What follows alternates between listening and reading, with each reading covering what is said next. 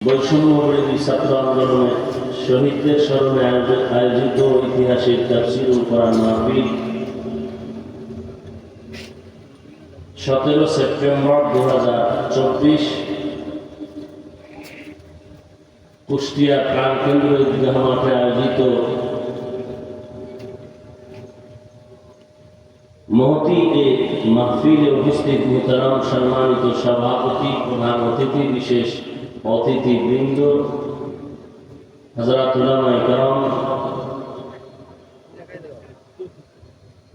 অত্র অঞ্চলের বিভিন্ন স্থান থেকে আগত আল্লাহ পাকের আশিকিন, জাকিরিন, শাকিরিন, মুহিব্বিন, মুরব্বিয়ান আযম, কলিজার টুকরা আমার সমবয়সী যুবক বন্ধুগণ, স্নেহের ছোট ভাই, পর্দার আড়ালে মাইকের আওয়াজ শ্রবণরতা সম্মানিতা মা ও বোনেরা, আল্লাহ রাব্বুল আলামিনের দরবারে লাখো কোটি শুকর ও সুজুদ যে মহান রব্বুল আলামিনের ফিতনার যুগে হাজার লাখো কোটি মানুষের ভেতর থেকে বাছাই করে পৃথিবীর শ্রেষ্ঠ মজলিস, উলামায়ে আহলে হকের মজলিস, গুনাহ মাফের মজলিস, তওবা কবুলের মজলিসে আমাদেরকে আসা বসার তৌফিক দান করেছেন। নিয়ামতের শুকর আদায়ার্থে ঈমানের আওয়াজ উঁচু করে কাওয়াজে সকলেই মহব্বতে পড়ি আলহামদুলিল্লাহ। দরুদ ও সালাম সাইয়্যিদুল মুরসালিন, রাহমাতুল লিল আলামিন, শফিউল মুযনিবিন, খাতামুন নবিয়্যিন, সাইয়্যিদুস সাকালাইন, ইমামুল মুরসালিন, শফিয়ে আযম, रसूल अकरम, रहमत आलम, नबीउल अरब आज़म, हबीब किबरिया, अशरफुल अंबिया, सय्यिदुल अंबिया, शफीए महशर, साक़ी कौसर, आका नामदार, मदीना का ताजदार, आफ़ताब नबूवत, फ़ख्र मौजूदा, सय्यदुल मखलूक़ात, हज़रत मुहम्मदुर रसूलुल्लाह सल्लल्लाहु अलैहि व आलिहि वसल्लमेর উপর সর্বোপরি শুকর যাদের অক্লান্ত পরিশ্রমের মাধ্যমে আজ সুন্দর আয়োজন। আমার কলিজার যুবক, বৃদ্ধ, ব্যবসায়ী, শ্রমিক, চাকরিজীবী, বিভিন্ন শ্রেণী পেশার মানুষ, জনপ্রতিনিধি, প্রশাসন, উলামায়ে হযরত, আইম্মায়ে মাসাজিদ, সময়, পরামর্শ, অর্থ দিয়ে দোয়া করে উপস্থিত হয়ে মাইক, লাইট, প্যান্ডেলের ব্যবস্থাপনার মাধ্যমে সহযোগিতা যারা করেছেন, প্রত্যেককেই আল্লাহ রাব্বুল আলামিনের খিদমতের বরকতে দুনিয়াতে শান্তি, পরকালে মুক্তির ব্যবস্থা করে দিন। আরো শুকর আদায় করি যেন আমাদেরকে সুস্থ রেখেছেন, হায়াত দিয়ে বাঁচায় রেখেছেন এবং বরকতি মজলিসে আল্লাহ কবুল করেছেন। আজ আমার অনেক ভাই, অনেক মা, অনেক বোন, অনেক বাবা দুনিয়াতে নেই। কুষ্টিয়ার শহরে উন্মুক্ত পরিবেশে কোরআন ও সুন্নাহর আলোকে আজকের এই প্রোগ্রাম মানুষের কাছে এক ঈদের আনন্দের মতো।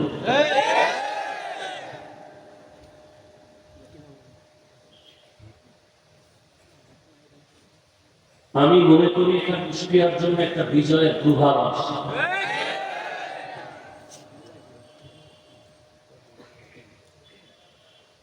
প্রত্যেকটা বিজয়ের জন্য প্রথম যে জিনিসটা দরকার সেটা হলো একতাবদ্ধ পথ চলা। আজ আমার দেশের ছাত্র জনতা, উলামায়ে কেরাম সহ কেউ ডাইরেক্ট, কেউ ইনডাইরেক্ট দেশের পক্ষে, স্বাধীনতার পক্ষে, জালেমের বিরুদ্ধে সার্বিক প্রচেষ্টা চালিয়েছেন। আল্লাহর মদদ আছে, আল্লাহ দয়া করেছেন, আল্লাহর রহমত ছাড়া এটা অসম্ভব। অনেক বান্দা বান্দির চোখের পানির এটা ফলাফল। এখনো আমরা যে আরামে ঘুমিয়ে থাকবো চুপচাপ, বিষয়টা এমনও না।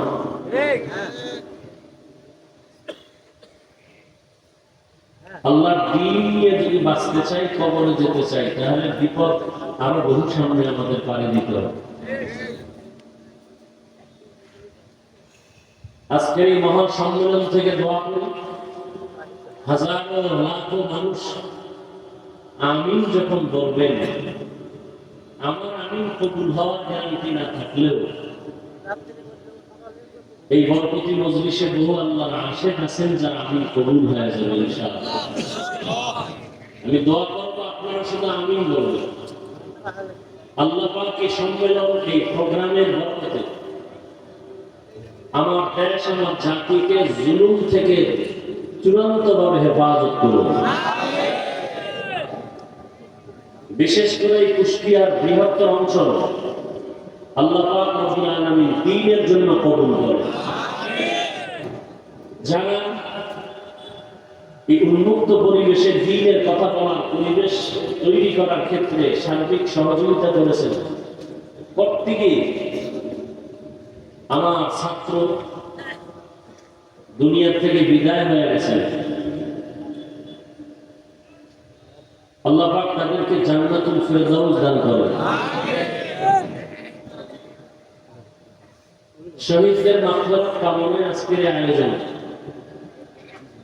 শহীদি দরওয়াজা এমন একটা দরওয়াজা যে জান্নাতে ঢুকতে কোনো টিকিট লাগে না। আল্লাহ রাসূল বলেন, কেউ যদি শহীদি মরণ চায়, আল্লাহ তাকে শহীদি মরণ দিবেন, সে যদি ঘরের বিছানায়ও মরে যায়। বলে ঘরের বিছানায় মরে গেলে শহীদ কেমনি? বাচ্চা প্রসবকালে কোনো মা যদি দুনিয়া থেকে বিদায় হয়ে যান, আল্লাহ তাকে শাহাদাতের মরণ দান করেন। কোন মানুষ যদি বিষ বেদনা, পেটে ব্যথায় মরে যায়, আল্লাহ শহীদের মর্যাদা দান করেন।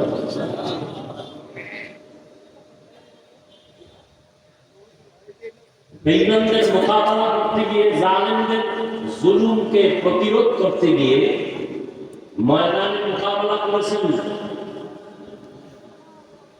শাহাদাতের পেয়ালা পান করেছেন সাহাবায়ে কেরাম। ওমর ফারুক রাদিয়াল্লাহু তাআলা আনহু, উসমান রাদিয়াল্লাহু তাআলা আনহু, হযরত আলী রাদিয়াল্লাহু তাআলা আনহু, হাসান রাদিয়াল্লাহু তাআলা আনহু, হুসাইন রাদিয়াল্লাহু তাআলা আনহু বাতিলের মোকাবেলায় বাতিল কর্তৃক আক্রান্ত হয়ে দুনিয়া থেকে চলে গেছেন শহীদ। কিন্তু রহমতের নবী কোন বাতিলের আক্রমণে দুনিয়া থেকে চলে যাননি, ডাইরেক্ট। আবু বকর সিদ্দিক রাদিয়াল্লাহু তাআলা আনহু কোন বাতিলের আক্রমণে ডাইরেক্ট দুনিয়া থেকে চলে যাননি। স্বাভাবিক অবস্থায় অসুস্থতা নিয়ে ঘরের বিছানায় দুনিয়া থেকে বিদায় নিয়েছেন।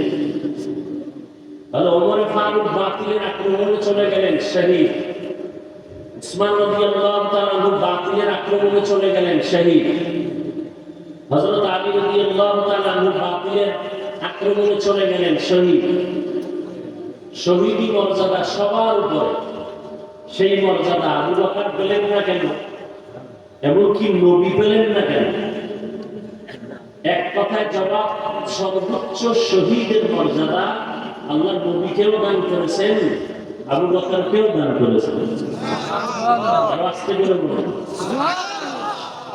মুসলমানের একটা আওয়াজ, ভণ্ড বাতিলের জন্য একটা আতঙ্ক।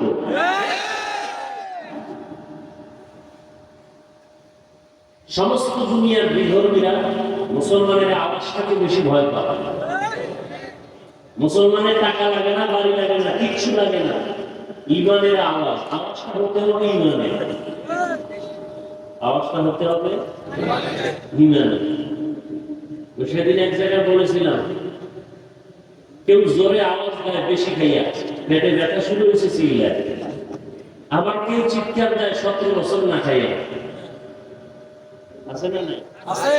কেউ খাইয়াও চিল্লায়, কেউ না খাইছি না। মুসলমানের খাওয়া নাই না খাওয়া নাই, মুসলমানের চিল্লানি হবে ইমানের চিল্লানি। আর একটা কথা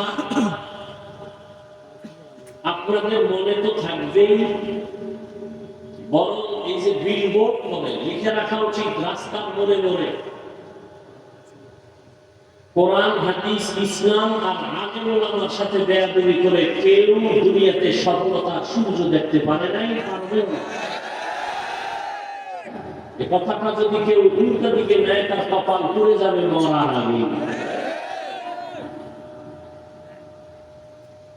বাংলাদেশের ইতিহাসে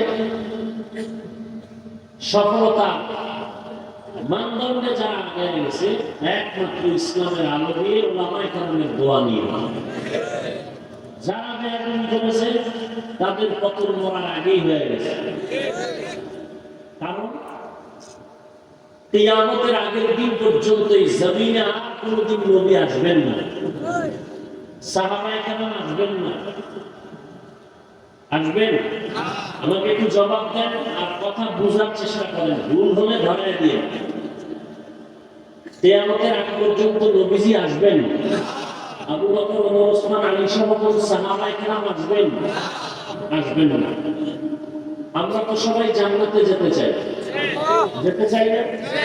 অবশ্যই চাই, আল্লাহ কবুল করেন। জান্নাত পেতে হলে কি কাজ করতে হবে, কি ছাড়তে হবে, এ বিষয়ে দিক নির্দেশনা আছে কোরআনে আর হাদিসে। কথা ঠিক? কোরআন নাযিল হইছে নবীর উপরে, নবী নাই। নবী সাহাবায়ে কেরামদের শিখিয়েছেন, তারাও নাই। এখন আপনি কোরআন পড়ে পড়ে সঠিক পথে যাবেন, ভালোটাকে গ্রহণ করবেন, খারাপটাকে আপনি বর্জন করবেন। আফসুস, হাজার আফসুস, আপনার আব্বাও কোরআন বুঝে না, আপনিও কোরআনের আরবি বুঝেন না, হাদিসেরও আরবি বুঝেন না। আপনি জান্নাতের পথ চিনবেন কি করে আর চলবেন কি করে? কথা বুঝাইতে পারলাম? এখন কি করা? নবীও আসবেন না, কোরআন বুঝাবার জন্য আবু বকর, ওমর, ওসমান, আলী আসবেন না, কোরআন বুঝাবার জন্য এই জমিনে কিয়ামতের আগে মুজাদ্দিদে আল-ফিসানি আর আসবেন না, ইমাম বুখারী আর আসবেন না, ইমাম মুসলিম আসবেন না, ইমাম তিরমিজি আসবেন না। তাহলে এই জাতি যারা কোরআন বুঝে না, পড়তে পারে না, আরবি বুঝবে দূরের কথা, কোরআনের আরবি পড়তে পারে না, হাদিসের আরবি পড়তে পারে না, এরা কিভাবে জান্নাতের পথ পাবে? কিয়ামত পর্যন্ত স্থায়ী সমাধান হলো এই গোটা দুনিয়ার উম্মত জান্নাতের পথ খুঁজে পাবে কোরআন সুন্নাহর আলোকে, একমাত্র শুধুমাত্র কেবলমাত্র উলামায়ে আহলে হকের মাধ্যমে। অতএব যারা উলামায়ে কেরামদেরকে আমল করে চলবে তারা খাসারাত দুনিয়া ওয়াল আখিরাহ, দুনিয়াও বরবাদ, আখিরাতও বরবাদ। উম্মতের রাহবার উলামায়ে কেরাম। উম্মত যখন নবীদের সাথে বেয়াদবি করত তখন পতন চলে আসতো। নবীদের স্থলাভিষিক্ত সাহাবায়ে কেরাম, এদের পরে ক্রমান্বয়ে আসছে উলামায়ে কেরাম। এই উলামায়ে কেরামদের দাম কত? আল্লাহ নিজে কোরআন শরীফে বলেছেন, রাসূল হাদিসে বলেছেন। উলামায়ে কেরাম কারা? ইন্নামা ইয়াখশাল্লাহা মিন ইবাদিহিল উলামা। আল্লাহ বলেন, নিশ্চয়ই আমার বান্দাদের ভেতরে যারা আলেম উলামা তারা আমাকে বেশি ভয় করবেন। কাকে? আল্লাহকে ভয় করবেন। বান্দাদের ভেতরে যারা উলামা, এক বচনে আলেম, বহু বচনে উলামা। ভয় করার মানে কি? আমিও আল্লাহকে ভয় করি, আপনিও আল্লাহকে ভয় করেন। সবাইকে জিজ্ঞেস করলে বলে আমরা সবাই আল্লাহকে ভয় করি। আসলে ভয় মানে কি? অথচ বিড়িও খানেন, গাঞ্জাও খান, মাংস হত্যা করেন, মানুষের বাড়ি ঘরে আগুন জ্বালান। তাহলে আসলে আল্লাহর ভয়ের মানে কি?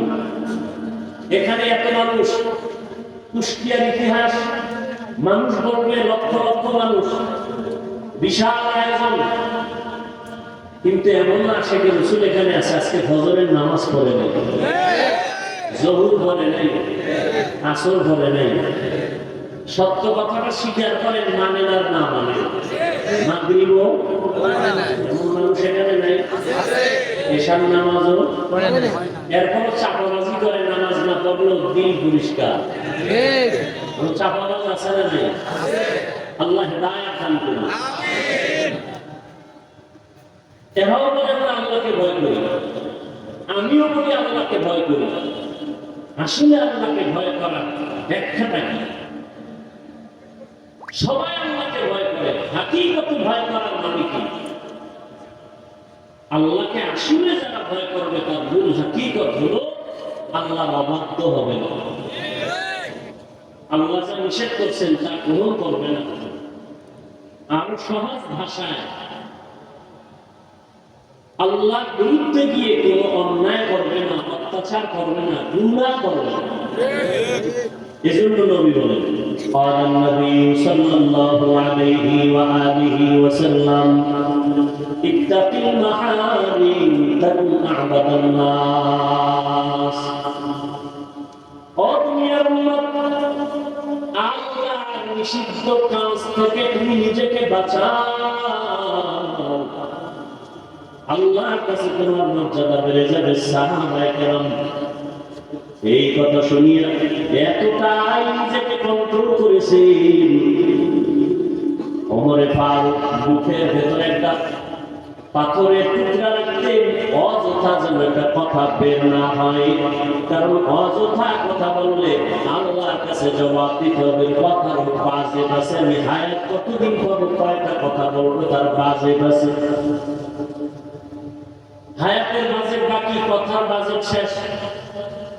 মরার আগে একদিন বোবা হয়ে গেছে, কারণ হায়াতের বাজেট এখনো বাকি আছে, কথার বাজেট নাই, বেশি কথা বলে শেষ।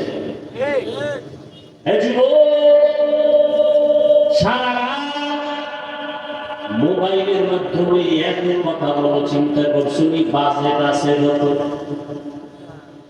এমন যেন না হয় মরার আগে হায়াত বাকি থাকবে, জবানের কথার বাজেট থাকবে না, বোবা হয় কাটাতে হবে বিছানা। আল্লাহ বাজেট দিয়ে দিচ্ছেন, হিসাব করে কথা কইল, মিস কল পাইলেই ব্যাক করুন। আল্লাহ সব ভাইকে হেদায়েত দান করুন। হ্যাঁ, আল্লাহ পাকের মাহফিলের বরকতে পুরা কুষ্টিয়ারে জমিনকে দ্বীনের দুর্গ হিসাবে কবুল করেন। আল্লাহ পাক অত্র অঞ্চলের সমস্ত মানুষকে শান্তির জীবন দান করুন। কবরস্থ যারা আল্লাহ সবাইকে জান্নাত দান করুন। পরস্পরের মুহাব্বত আল্লাহ বানায় না। আপনাদের সব থেকে বেশি পরিচিত কোরআন শরীফ থেকে একটা আয়াত আমি পড়েছি, রাসূলের একটা হাদিস শুনেছি। আপনারা যদি বসেন, ধৈর্য ধারণ করেন আর দিল খুলে দোয়া করেন, তো আয়াত এবং হাদিসের আলোকে কিছু কথা আমি পেশ করব, ইনশাআল্লাহ। আল্লাহ কবুল করুন। আল্লাহ কবুল না করলে হবে না। অনেকেই কিন্তু জানে এখানে প্রোগ্রাম আসার নিয়ত করেছিল, আসতে পারেনি। টাকা থাকলেই মক্কা যাওয়া যায় না যদি আল্লাহ কবুল না করেন। মনে চাইলেই দ্বীনের কাজে বসা যায় না আল্লাহ কবুল না করলে। অনেকের বাড়ির থেকে ওয়াজের নাম নিয়ে আসছে, কুষ্টিয়া শহরে ঈদগাহ ওয়াজে যায়, কিন্তু কপাল খারাপ, প্যান্ডেলে ঢুকতে পারে না। কোথায় মহিলা প্যান্ডেল তাওয়াফ করে, দোকানপাটে আড্ডা করে, গল্প করে, কবিরা গুনাহ করে, এর নাম কপাল। এজন্য আমি সবসময় বলি, আল্লাহ চাইলে সব হয়, বান্দা চাইলে কিছুই হয় না। বান্দা চাইছিল আরো 2 বছর থাকবো, আল্লাহ কায়ম দিব না। আল্লাহ আল্লাহ চাইলে হয়, বান্দা চাইলে হয় না। আল্লাহ আবার অনেকে প্যান্ডেলে ঢুকছেন, কিন্তু কোরআন হাদিসের কথা শুনে দিল থেকে গরম করে তওবা করে বাড়ি যাওয়া কপাল হবে কিনা অনেকের অসম্ভব। অনেকে মোনাজাতের আগে চলে যাবে। এই বিশাল প্যান্ডেলে কত আল্লাহর বান্দা আছেন, আলেম বুজুর্গ, যাদের আমিন কবুল হয়ে যাবে। এদের সাথে যদি বসে মা বাবার জন্য একটু দোয়া করা যেত, মা বাবা কত না খুশি হতেন, তাদের কবর না কত শান্তির বাগান হয়ে যেত। যে কপাল করা সেই দোয়ায় শরীক হতে পারবে না, শয়তান তাকে উঠায় নিয়ে যায়। প্যান্ডেলের দাম কত? রাসূল বলেন এখানে বসার সাথে সাথে জীবনের সব গুনাহ মাফ। সুবহানাল্লাহ আওয়াজ যতদূর চলে গেল, যত মানুষ সারা ভিন্ন মাখলুক শুনছে, কিয়ামতের দিনে জমিন তার সাক্ষী হয়ে যাবে। ইয়াউমাইযিন তুহাদ্দিসু আখবারাহা, কিয়ামতের দিন জমিন আপনার আমার পক্ষ বিপক্ষে সাক্ষী হবে।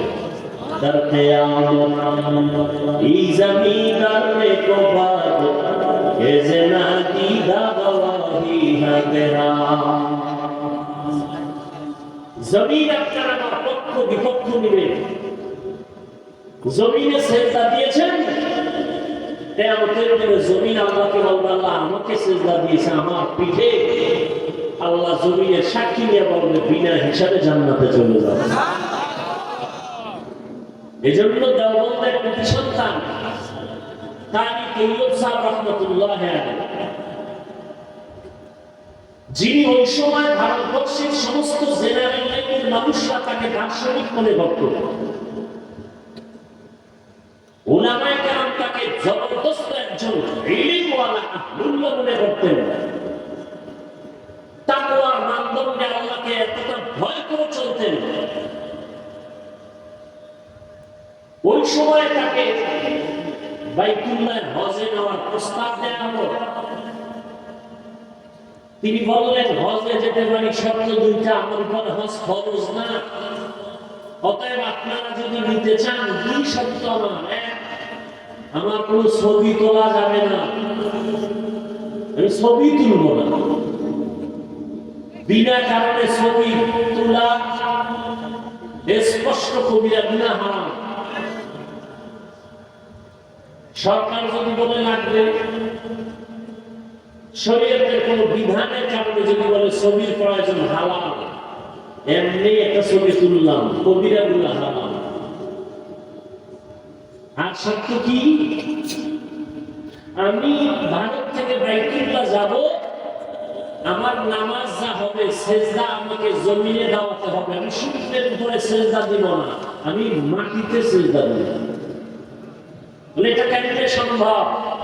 একটু আগে তাবিজ দিছি না, তাবিজ বান্দা চাইলে হয় না, আল্লাহ চাইলে হয়। তবে বান্দা চাইলেও হয় যদি বান্দার চাওয়াটা আল্লাহর কুদরতি চাওয়ার মর্জি মতো হয়। এভাবে সম্ভব না, ছবিও তোলা যাবে না, বিমানে যাবেন, নামাজের রক্ত বাজলে কি করার, শিরোই কিভাবে করা, আমার হজ ফরজ না, আমি যাওয়ার জন্য তো আসে কিনা, আল্লাহ নিলে যাব, কিন্তু আল্লাহর রাজি খুশি অনুযায়ী যাবে, উল্টা পাল্টা না। কিছুদিন পরে প্রস্তাব আসলো আপনার জন্য ছবি লাগবে না, যেহেতু আপনি পরিচিত ব্যক্তি, আপনাকে সবাই চিনে। নাম্বার 2, বিমানের শিডিউল এমন ভাবে করা হয়েছে, ফজরের নামাজের পরে আপনি আলাদাভাবে বিমানে যাবেন, জোহরের আগে বাইতুল্লাহ পৌঁছে দেওয়া হবে। আর কে দাওফে হকদার কি মাদাম জান্নাতুল মাওয়াতে হাদুরা মাকাম জুজবা হাকচি জে মাখাজিন সুজা ফজলে ওয়া আমস্তে দর জুমলা জাহান।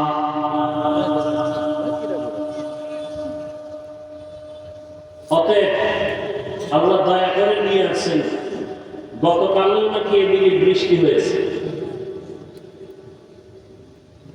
যেইভাবে বৃষ্টি সারা দেশে চলছিল, প্রোগ্রাম হবে বলে কোনো সুযোগই হবে বলে কোনো চিন্তাই করা যায় না। ওই যে বললাম, বান্দা চাইলে হয় না, আল্লাহ চাইলে হয়। وما أرسلناك إلا رحمة للعالمين। আল্লাহ বলেন, হে রাসূল করিম সাল্লাল্লাহু আলাইহি ওয়া আলিহি ওয়াসাল্লাম, নবীর নাম শুনলে কি করতে হয়? সাল্লাল্লাহু আলাইহি ওয়াসাল্লাম। পড়লে গুনাহ আছে না? কি আছে? সওয়াবের দরকার নাই, আছে। একটুখানি নেকের তরে রোজা হাসরের মাঠেতে বাবা ঘুরবে ছেলের পিছে, ছেলে বাবার আগেতে। হাতে মন কঠিন দিনেতে নামাজ তোমায় ভুলবে না, ঠিক মতো পড়িলে নামাজ জান্নাত তোমার ঠিকানা।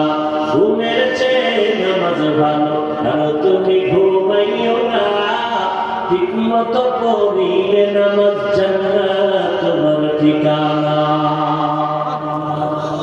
একটা নেকের টানে কিয়ামতের দিন বক্তা যাবে জাহান্নামে, শ্রোতারা যাবে জান্নাতে। এক নেকের ব্যবধানে পীর সাহেব জাহান্নামে, মুরিদ যাবে জান্নাতে। এক নেকের ব্যবধানে মা বাবার হাতে জাহান্নামের হ্যান্ডকাপ লেগে যাবে, সন্তান জান্নাতে যাবে। বক্তা শুধু বয়ানি করছি, আমল করি নাই। শ্রোতারা ভয় নিয়ে বসছে, এরা আমল করছে, আল্লাহ জান্নাত দিয়ে দিয়েছে। हर के बासद आमले सलूदान आतेशे दोजख शावत बनवाय हाराम। বেশি বেশি দুরূদ শরীফ পড়বেন।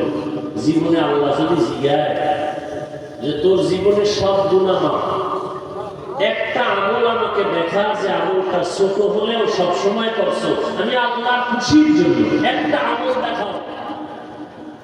সেদিন কি দেখাবেন আল্লাহ? নামাজ পড়ছেন, এখানেও ভেজাল। জিকির করছেন, ভেজাল। তেলাওয়াত করছেন, ভেজাল। মানুষকে দান করছেন, ভেজাল। দেখানোর জন্য করছেন। সহিহ হাদিস ওমর ফারুক রাদিয়াল্লাহু তাআলা থেকে বর্ণিত। ওলামায়ে কেরাম জানেন, আপনারাও জানেন, কিয়ামতের কঠিন দিন আল্লাহ পাক তিন ব্যক্তিকে ডাকবেন, যেই তিন ব্যক্তির ব্যাপারে সারা দুনিয়ার দিল বলে, চোখ বলে এরা জান্নাতি, কিন্তু আল্লাহর কাছে এরা জান্নাতি কিনা একটু শুনেন। তিন ব্যক্তিকে আল্লাহ ডাকবেন। শহীদ, যুদ্ধের মাঠে যুদ্ধ করে শহীদ হয়ে গেছে, তার জানাজা হবে, গোসল হবে না, যে পোশাক আছে পোশাক নিয়ে কবরে দাফন হবে। কিয়ামতের দিন আল্লাহ শহীদকে ডাকবেন, এই শহীদ আসো, তুমি শহীদ হয়েছ? বলে হ্যাঁ হয়েছে। কেন? আল্লাহ দ্বীনের জন্য। দুনিয়াওয়ালা জানি দ্বীনের জন্য, আমি আল্লাহ জানি অন্যটা। দুনিয়াওয়ালা তোমার উপরেরটা জানে, আমি তোমার দিলেরটা জানি। আল্লাহ কি? তোর দিল ছিল, তোরে সবাই বীর যোদ্ধা বলবে, তোকে সবাই বাহ বাহ দিবে। তোর অন্তর ছিল দুনিয়ার সম্মান পাওয়া, অতএব সে সম্মান দুনিয়া পাইছো আমার আদালতে। খালি জাহান্নামের ফেরেশতাকে হ্যান্ডকাপ লাগায় জাহান্নামে নেওয়া। এরপরে ডাকবেন আলেমকে, এই আলেম আসো, তুমি ইলম শিখছো কেন? আলেম হয়েছো কেন? আল্লাহ দ্বীনের দাওয়াত দিব, দ্বীনের দিকে মানুষকে ডাকবো। মানুষ জানে তাই, আমি জানি ভিতরেরটা। আমি কি জানি জানো? তুই মানুষকে দাওয়াত দিবি না, তুই আলেম হয়েছো, এলেম দিয়ে দুনিয়া কামাই করবি, টাকা কামাই করবি, সম্মান কামাই করবি। মাওলানা না লেখলে কষ্ট পাও, আমি জানি না? আলহাজ না লেখলে কষ্ট পাও, দুনিয়াওয়ালা জানে না, আমি তো জানি। হাদিয়া কম দিলে মনে কষ্ট, এখানে দাওয়াত দেওয়া যাবে না, দুনিয়াওয়ালা জানে না, আমি তো জানি। যাও, জান্নাত নাই, জাহান্নামের ফেরেশতাকে হ্যান্ডকাপ দিয়ে জাহান্নামে নিয়ে যাবে। তৃতীয় ব্যক্তিকে ডাকবেন দানবী।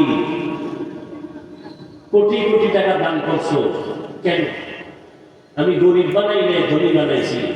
দান করছো কেন? আল্লাহ দিনের কাজ, মাদ্রাসা করছি, মসজিদ করছি, স্কুল করেছি, কলেজ করেছি, হ্যাঁ মসজিদ করেছি অনেক। বারবার মাইকে বলেছি এই মসজিদ আমি করছি, এই মসজিদ আমি করছি, আর কেউ করে নেই। অনেকগুলো মসজিদ করে ফেলেছে। আল্লাহ মানুষ জানে এগুলো, আমি জানি ভিতরেরটা। এগুলো তুমি দান করছো কেন? মানুষ তোমাকে দানবীর বলবে, সম্মানের চেয়ার আগায়। আমার আদালতে আজকে তোমার জান্নাত নেই, জাহান্নামে চলে যাবে।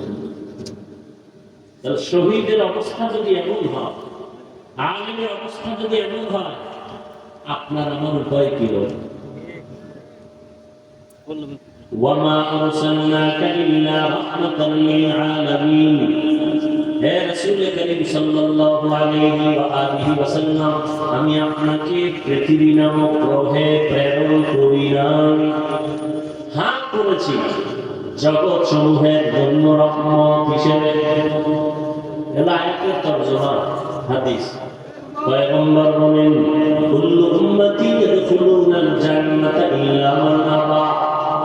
নবী বলেন, সব উম্মতেরা জান্নাতে যাবে, যারা আমি মুহাম্মদকে মানে না, অস্বীকার করে তারা জান্নাতে যাবে না। ইল্লা মান আবা। সাহাবায়ে কেরাম বললেন, ইয়া রাসূলুল্লাহ, আপনাকে অস্বীকার করে মানে না তারা কারা? নবী বললেন, ক্বালা মান আতাআনি দাখালাল জান্নাহ ওয়া মান আসানি ফাকাদ আবা। যে ব্যক্তি আমার অনুসরণ করবে সে জান্নাতে যাবে, আর যে আমার বিরোধিতা করবে সে আমাকে অস্বীকার করার কারণে জাহান্নামে যাবে। এই নিয়ে আমাদের দেশে খুব ঝামেলা।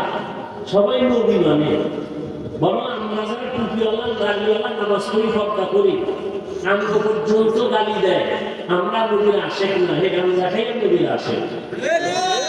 মাজারের মধ্যে ঢোল বাজায় নবীর আশেক, আছে না নেই?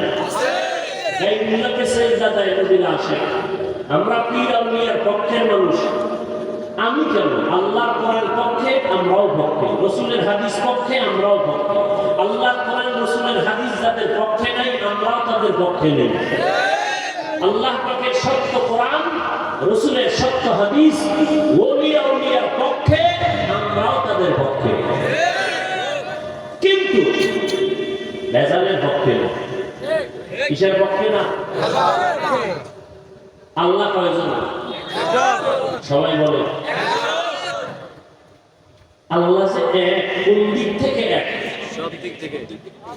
আল্লাহ এক যে কোন দিক থেকে এক? সব দিক থেকে এক, তাই তো? আল্লাহর মতো কি আরেকজন আছে? আল্লাহর সমান কেউ আছে? আল্লাহর সহযোগী কেউ আছে? নেই। আল্লাহ কেবল এক, যার কোন সমতুল্য নেই। কেউ যদি মনে করে আছে, এর নাম শিরিক। এর নাম আল্লাহ যা এককভাবে পাবেন, এই পাওনাটা আরেকজনকে দেওয়ার নাম শিরিক। মানুষের জীবনে ইবাদত পাবেন কে? সেজদা পাবেন কে? এটা আরেক জায়গায় দেওয়ার নাম শিরিক। কোরআন শরীফের স্পষ্ট ঘোষণা, যারা শিরিক করে তারা মুশরিক, মুশরিকদের জন্য জান্নাত হারাম। ওয়া মান ইউশরিক বিল্লাহ ফাকাদ হারামাল্লাহু আলাইহিল জান্নাহ। যারা আল্লাহর সাথে অংশীদার করবে, আল্লাহ যা পাবে এটা অন্যকে যদি দেয়, এর নাম শিরিক। আল্লাহ বলেন, মুশরিকদের জন্য আমি আল্লাহ জান্নাত হারাম করে দিলাম। আমি অন্য গুনাহ চাইলে সহসায় মাফ করব, শিরিকের গুনাহ সহসায় আমি ক্ষমা দিব না। আল্লাহ শিরিক থেকে আমাদেরকে হেফাজত করেন। নবী বললেন, সব উম্মত জান্নাতে যাবে, কিন্তু আমি মুহাম্মদকে যারা মানে না তারা যাবে না। সাহাবায়ে কেরাম জানতে চাইলেন, হে আল্লাহর রাসূল, আপনাকে মানে না কারা? নবী একটা স্পষ্ট মাপকাঠি দিয়ে গেলেন, কিয়ামত পর্যন্ত ঝামেলা যেন দরকার না হয়। নবী বললেন, যারা আমার অনুসরণ করবে, অনুকরণ করবে, ইত্তেবা করবে, ইতাআত করবে, তারা জান্নাতি। সাহাবাদের প্রশ্ন ছিল, নবী আপনাকে মানে না তারা কারা? নবীজি বললেন, যারা আমার অনুসরণ করবে তারা জান্নাতি। আমাকে একটু জবাব দেন, নবীজিকে অনুসরণ করলে সে কি? বিপরীত কথা কি দাঁড়াবে? বুঝেন নাই? যে নবীকে অনুসরণ করবে সে জান্নাতি। বিপরীত কথা কি দাঁড়ায়? যে নবীর অনুসরণ করবে না সে জাহান্নামী। কিন্তু নবীজি জাহান্নামী ওই ব্যক্তিকে বলেন না। নবী বলছেন, যে আমার অনুসরণ করবে সে জান্নাতি, যে অনুসরণ করবে না সে জাহান্নামী। নবী এই কথা বলেন নাই। নবী কি বলছেন? নবী বলছেন, যারা আমার বিরোধিতা করবে তারা জানবে। এখান থেকে একটা সুন্দর কথা আজীবনের জন্য মনে রাখবেন, লিখে রাখবেন। নবীকে যারা মানে না বা নবীর আদর্শ মতো চলে না তারা দুই দল। নবীজির আদর্শ মেনে চলে না যারা, তারা কয় দল? একদল আগ্রহী আর একদল বিদ্রোহী, একদল দরদি আর একদল বিরোধী। যেমন কথার কথা, আমি গান্ধীর থেকে একটা যুবককে জিজ্ঞাসা করলাম, এই যুবক ভাই, আপনি নবীর আদর্শের টুপি পরেন না কেন, দাড়ি রাখেন না কেন? যুবক জবাব দিল, হুজুর দাড়ি রাখা দরকার, নবীর আদর্শ চেষ্টা করতেছি, পারি না, একটু দোয়া করবেন। আমাকে বলেন তো এই যুবকটা কি বিরোধী না দরদি? দরদি। বাম দিক থেকে একটা যুবককে জিজ্ঞাসা করলাম, এই যুবক, নবীর আদর্শে নামাজ পড়ো না কেন, দাঁড়িয়ে রাখো না কেন? খেয়াল করতেছেন তো? যুবক আমার কথাটা শেষ না হতেই আমাকে পাল্টা আওয়াজ দিল, দাঁড়িয়ে না রাখলে অসুবিধা কি আছে? না নামাজ না পড়লে অসুবিধা কি? যদি আরেকটু চালাক হয় সে বলবে, দাড়ির মধ্যে কি ইসলাম? পোশাকের মধ্যে কি ইসলাম? আপনারা জবাব দেন, এই যুবকের কথায় কি মনে হয়, দরদি না বিরোধী? আগ্রহী না বিদ্রোহী? রাসূলের আদর্শের বেলায় বিদ্রোহীর আরেক নাম বেঈমান। বিদ্রোহীর আরেক নাম কি? বেঈমান। এখান থেকে কুষ্টিয়ার মানুষ আজীবন মনে রাখবেন, একটা লোক দাড়ি রাখে না তাকে গালি দেওয়া যাবে না। মনে ভালো করে মুখস্থ করেন, এক যুবক দাড়ি রাখে না তাকে গালি দেওয়া যাবে না। আর একজন দাড়ি পছন্দ করে না তাকে ছাড় দেওয়া যাবে না। একজন আগ্রহী আর একজন বিদ্রোহী। আগ্রহী মুমিন, বিদ্রোহী বেঈমান। একজনে টুপি পরে না, গালি দেওয়া। আর একজনে টুপি পছন্দ করে না, তাকে ছাড় দেওয়া। একজনে নামাজ পড়ে না, তাকে গালি দেওয়া। আর একজনে নামাজ পছন্দ করে না, তাকে ছাড় দেওয়া। একজনে পর্দা করে না, তাকে গালি দেওয়া। আর একজনে পর্দার বিধানকে পছন্দ করে না, তাকে ছাড় দেওয়া। তাহলে একটা লোক দাড়ি রাখে না তাকে জাহান্নামী বলা যাবে না? আগে বুঝতে হবে সে কি আগ্রহী না বিদ্রোহী। বুঝলেন না কথা? অতএব একটা বেনামাজিকে দেখলে হিংসা করা যাবে না, গালি দেওয়া যাবে না, কাছে যেতে হবে, বুকে লাগাইতে হবে। এরপরে যদি বোঝা যায় যে আগ্রহ নাই বিদ্রোহ, তখন সিদ্ধান্ত পাল্টাইতে হবে, এর আগে না। আমি 5 ওয়াক্ত নামাজ পড়ি, বেনামাজি দেখলে সি করে তাড়ায় দেওয়ার নাম, এটা কামিয়াবি না, সফলতা। পাপকে ঘৃণা করো, পাপীকে মানে কি? একটা লোক অন্যায় করছে, অন্যায়টাকে ঘৃণা করে তাকে তাড়ায় দিও না।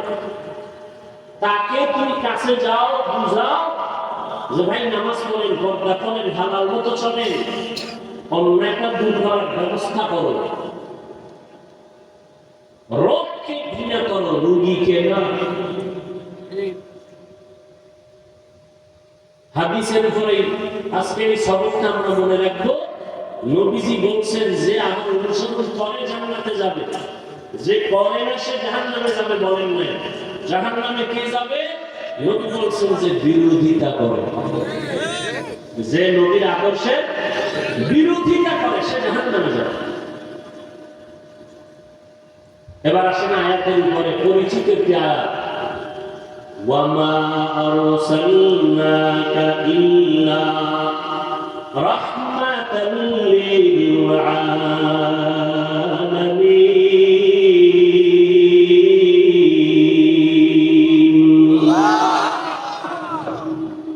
তরজমাটা বলছে আরেকবার বলি।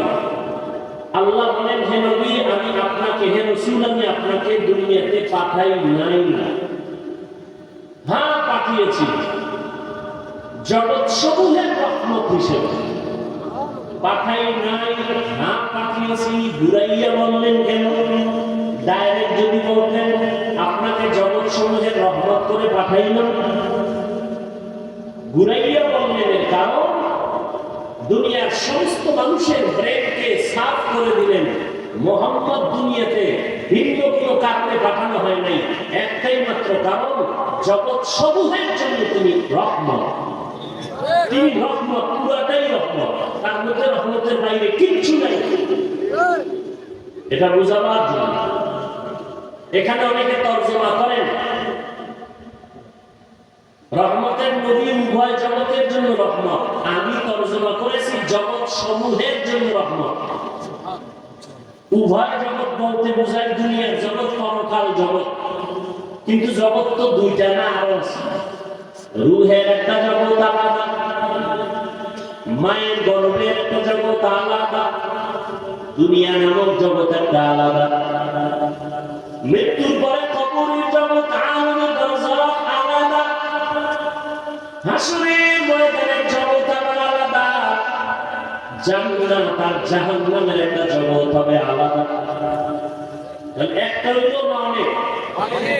জগৎ সমূহের জন্য নবী রহমত, রুহের জগতের জন্য নবী রহমত, মায়ের গর্ভের জগতের জন্য নবী রহমত, দুনিয়া জগতের জন্য নবী রহমত, কবর জগতের জন্য নবী রহমত, হাসরের ময়দানে আমার নবী রহমত, জান্নাতের জগতে আমার নবী রহমত, জাহান্নামের ভেতরে আমার নবী রহমত।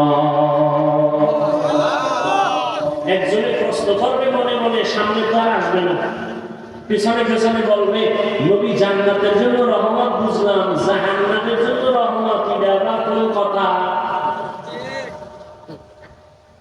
এজন্যই তো ভাইজান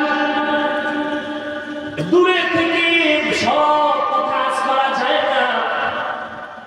কুষ্টিয়ার বাজারে আসো, পেছন দিক থেকে একজনকে দেখে যাও, চাচা মিয়া দাঁড়াও, মনে করছো তোমার বাড়ির চাচা। চাচায় যখন উল্টা দিকে চেহারাটা ঘুরে দিয়ে দেয়, ও আপনাকে বলিনি। দূরের থেকে ধারণা করিও না, কাছে যাও। এই দুনিয়াতে নবী আসবেন না, সাহাবায়ে কেরাম আসবেন না, উলামায়ে কেরামের উম্মতের রাহবত ওয়ারাসাতুল আম্বিয়া। উলামায়ে কেরাম আল্লাহকে ভয় করবেন, ভয় করার মানে গুনাহ থেকে নিজেকে বাঁচায় রাখবেন। সাধারণ মানুষ শয়তানের ধোঁকায় পড়ে বাম হাতে পানি পান করবে, কিন্তু কোনো আলেম বাম হাতে পানি পান করবে না।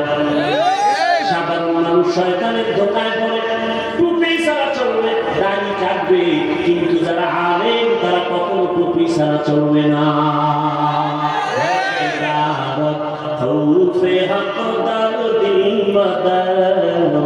জান্নাতুল মাওয়া দেহাত পুরা মাকাম জুজবা হাকচি জে মাখাদিন সোজা ফজলে উআ মস্তে দর জুমলা জাহা। জগৎ সমূহের জন্য আপনার আমার নবী, রহমতের নবী আমার নবী। রূহের জগতের জন্য কিভাবে রহমত, ভিন্ন আলোচনা। মায়ের গর্ভের জগতের জন্য নবী কেমন রহমত, ভিন্ন আলোচনা। দুনিয়ার জগতের জন্য নবী কেমন রহমত, ভিন্ন আলোচনা। হাসরের ময়দানের জন্য নবী কেমন রহমত, ভিন্ন আলোচনা। জান্নাতের জগতে নবী কেমন রহমত, ভিন্ন আলোচনা। জাহান্নামের জগতের জন্য নবী রহমত কেমন, ভিন্ন আলোচনা। আপনাদের ধৈর্য হবে না, সময় কুলাবে না। এই জন্য আমি শুধুমাত্র রূহের জগৎ নিয়ে কথা বলবো না, শুধু দুনিয়ার জগৎটা নিয়ে কিছু কথা বলে বিদায় নিব। আল্লাহ যদি তৌফিক দেন, বয়ান বক্তা সাহেব যত বড় যোগ্যতা সম্পূর্ণ বড় বক্তা হোক না কেন, অনেক এলেম আছে, অনেক ডিগ্রি আছে, কিন্তু বয়ান ভালো হওয়া, বয়ান ভালো না হওয়া, এটা বক্তার কোনো বাহাদুরি না, এটা শ্রোতাদের মহব্বত আর দিনের আকর্ষণ। এই পয়েন্টটাও লিখে রাখি না জীবনে, কিছু মার্কা মারা পয়েন্ট বলবো, এগুলো লিখে রাখি। বক্তার বয়ান ভালো হয়েছে না খারাপ হয়েছে, এগুলো সব নির্ভর করে শ্রোতাদের মহব্বত আর কলমের আকর্ষণের উপর। আপনাদের অন্তরের হালাত যেমন, বয়ান হবে তেমন। যদি আল্লাহর মহব্বত নিয়ে বয়ান করি আর আল্লাহর মহব্বত নিয়ে বয়ান শুনে, বরকতকে দিবেন। দুনিয়ার জগতের জন্য আল্লাহর নবী রহমত কেমন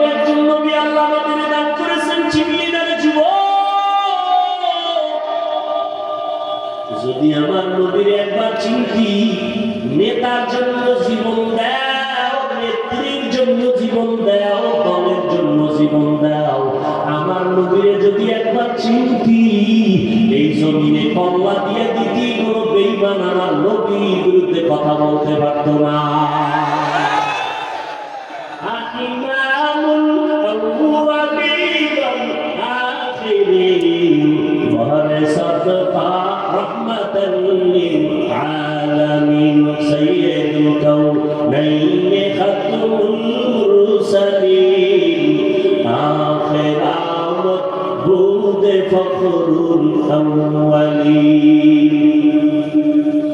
বছরের মাস কয়টা?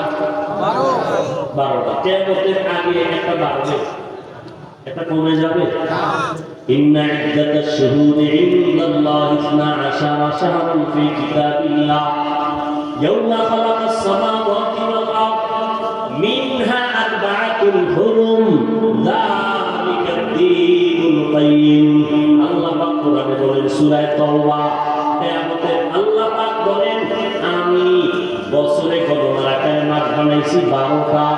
এটাই যে কথাটা আমি আল্লাহ লিখে রাখছি আসমান জমিন সৃষ্টির দিন লাউহে মাহফুজের মধ্যে, লাউহে মাহফুজে লিখে রেখেছি বছরের মাস হবে 12টা, এবং এই 12 মাসের মধ্যে 4 মাস হবে বড় দামি, বড় সম্মানের মাস।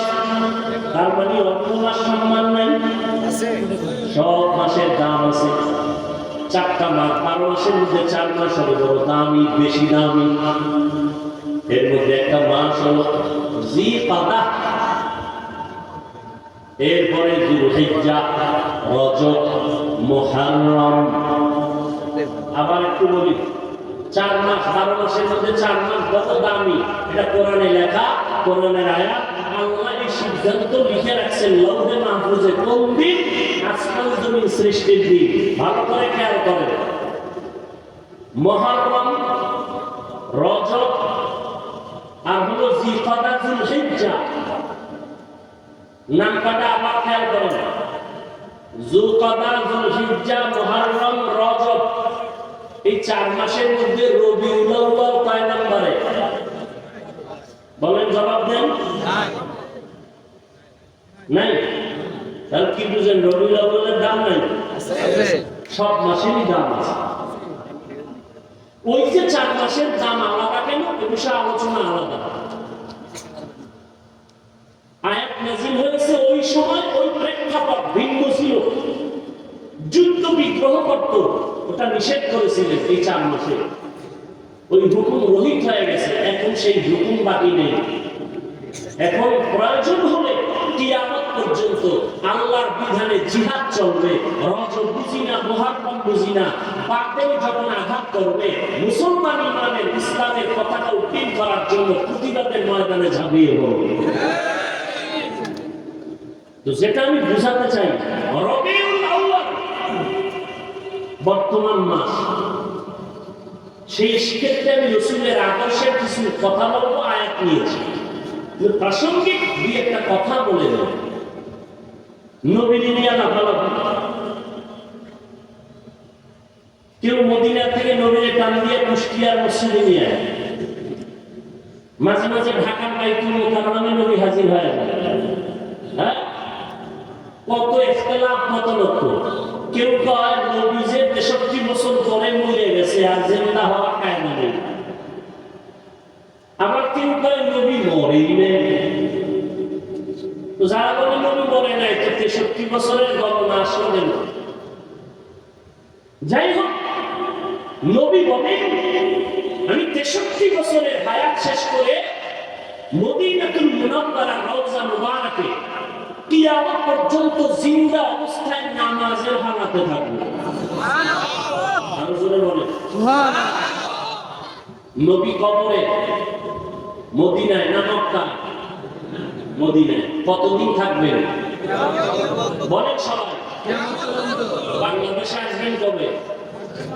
আসবেন। নবী এসে আপনার খবর নেওয়া, এটার মূল্য বেশি না ফেরেশতা দিয়ে নবীর কাছে খবর পৌঁছানো, এটা মূল্য বেশি? কেন নবীর আনতে চান কেন? কেন আপনি যাইতে পারেন? আর আপনার মতো ভেজালিয়া আমল আমার কাছে নবী আসবে, নবী কি ঠেকা নেবে? আল্লাহ হেদায়েত দান করুন। কিয়ামত পর্যন্ত নবী থাকবেন, মরা না জিন্দা? জিন্দা। কিয়ামত পর্যন্ত নবী জিন্দা, সমস্ত নবীরা কবরে জিন্দা।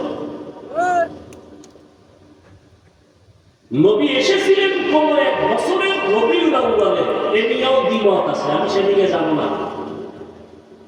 নবী বিদায় হয়েছেন রবিউল আউয়ালের কোন একদিন, মাঝখানের সময় গেছে 63 বছর। আলোচনার বিষয়বস্তু কেন্দ্রবিন্দু নবী আসলেন কেন, 63 বছর পরে গেলেন কেন, আসলেন কেন আর গেলেন বা কেন, এর থেকে উম্মতের কি করণীয়, কি বর্জনীয়? নবীর আশাটাকে আরবিতে বলে মিলাদুন নবী, বিদায় হয়ে যাওয়াটাকে আরবিতে বলে ওয়াফাতুন নবী। আর আমরা যে নবীর হাদিস বয়ান শুনাইতেছি এটাকে বলে দাওয়াতুন নবী। আর টোটাল 65 বছরকে বলে সিরাতুন নবী। চারটা শব্দ বললাম, মিলাদুন নবী, ওয়াফাতুন নবী, দাওয়াতুন নবী, সিরাতুন নবী। বিশ্লেষণে যাব না, আমি সাধারণ মানুষকে সহজে যাতে বুঝতে পারে ওই চিন্তা করে সবসময় বয়ান করি। শিক্ষিতদেরকে বয়ান করেন না, বহু শিক্ষিত বক্তা আছে, বহু এলেম বলা আছে, আমার এলেম নেই, আমল নাই। সাধারণ মানুষজন অল্প একটু দিনের দিকে আসে, আল্লাহর দিকে আসে, সুন্নত বলা হয়, আমি ওই ধান্দায় বয়ান করি। 5 বছরের কথা কম বলি, খুব খেয়াল করবেন। মিলাদুন নবী, ওয়াফাতুন নবী, সিরাতুন নবী, দাওয়াতুন নবী, এই চারটা শব্দ একমাত্র শুধুমাত্র কেবলমাত্র আমার আপনার নবী রহমতুল্লিল আলামিনের শানের শব্দ। এই চারটা শব্দ মুসা নবীর বেলায় ব্যবহার হয় নাই, এই চারটা শব্দ ঈসা নবীর বেলায় ব্যবহার হয় নাই, প্রয়োগ হয়েছে কিন্তু ব্যবহার সব সার্বজনীন নয়। এই চারটা শব্দ আমার নবীর শানের শব্দ। এই চারটা শব্দকে যারা ছোট চোখে দেখবে সে রাসূলকেই ছোট করবে। কথা বুঝাইতে পারছি? নবীজির জন্ম মোবারক আমরা মানি না, মানি না? নবীজির ইন্তেকাল আমরা মানি না, মানি না? তাহলে আমরা মিলাদুন নবীও মানি, ওয়াফাতুন নবীও মানি। নবীজির আদর্শ আমরা মানি না, মানি না? তাহলে আমরা নবী সিরাতুন নবীও মানি, দাওয়াতুন নবীও মানি। অতএব এ নিয়ে আমাদের মধ্যে দূরত্ব সৃষ্টি করার কোনো সুযোগ নেই। এরপরে নিয়ে বহু আলোচনা আছে, ওদিকে আমি যাব না। আমি মূল আমাদের নবী শ্রেষ্ঠ, এতে কোনো সন্দেহ নাই। সর্বসম্মতিক্রমে আমার নবী শ্রেষ্ঠ, আমরা এটা অন্তর দিয়ে বিশ্বাস করি, এটা আমাদের ঈমান, এটা আমাদের আকীদা।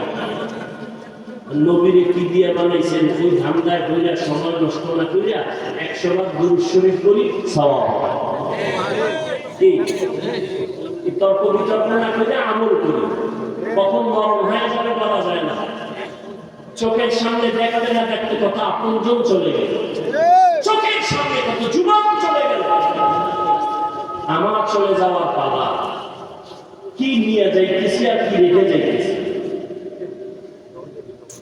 আল্লাহ বলেন আমা আরসালনাকা ইল্লা রাহমাতাল লিল আলামিন। ও পয়গম্বর, জগৎ সমূহের জন্য আমি আপনাকে রহমত করে পাঠাইলাম। রূহে জগতের জন্য নবী আমার রহমত, দুনিয়ার জগতের জন্য নবী রহমত, কবর জগতের জন্য নবী আমার রহমত, হাসরের জগতের জন্য নবী রহমত। দুনিয়ার জগতের জন্য নবী কিভাবে রহমত, এই বিষয়ে 2-4টা কথা আমি বলবো। রহমতের নবী এমন এক সময় জমিনের মধ্যে পদার্পণ করলেন মক্কা নগরীতে, আরব দেশের ভেতরে। যে সময় মক্কার মানুষের মতো চরিত্রহীন লম্পট জমিনের মধ্যে আর কোথাও কোনো মানুষ ছিল না। মক্কার মানুষ বড় খারাপ মানুষ, এতটাই চরিত্রহীন। ভালো করে খেয়াল করেন, এতটাই চরিত্রহীন ওই মক্কার মানুষ। নারী আর পুরুষ উলঙ্গ হইয়া বাইতুল বাইতুল্লাহর চারপাশে তাওয়াফ করে, তারা কাপড় পরে যায় না, কারণ এই কাপড় দ্বারা ভিন্ন জায়গায় গিয়ে গুনাহ করছে। এই গুনাহযুক্ত কাপড় নিয়ে বাইতুল্লাহর কাছে যাবে না, তারা বাইতুল্লাহকে সম্মান করে, কিন্তু চরিত্র এতটাই দুর্বল, তারা নারীদের পছন্দ করে না। কন্যা ঘরে আসলে বাবা পর্যন্ত বেজার হয়ে যায়, বাবা লজ্জায় পড়ে ওই কন্যা সন্তানটাকে জ্যান্ত গলা থেকে হত্যা করে। এতটাই জানেন, এতটাই জুলুম চলতেছিল। জুলুমের সমাজ, এমন এক জায়গা চতুর্মুখী নাপাক আর নাপাক আর নাপাক।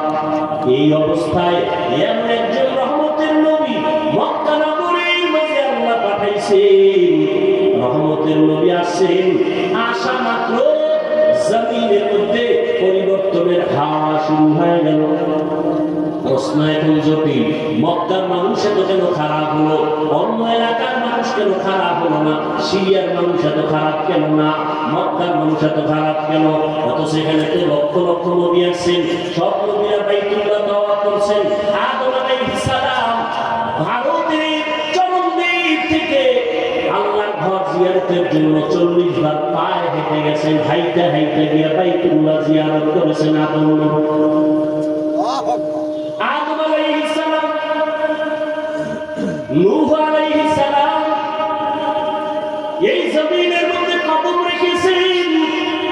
আমাদের আকীদা বিশ্বাস, যেখানে আযান হয়, কোরআন তেলাওয়াত হয়, যেখানে দ্বীনের কথা হয়, আলেম ওলামা আসে, ওই জায়গাটা বরকতপূর্ণ হয়। ঠিক নেই?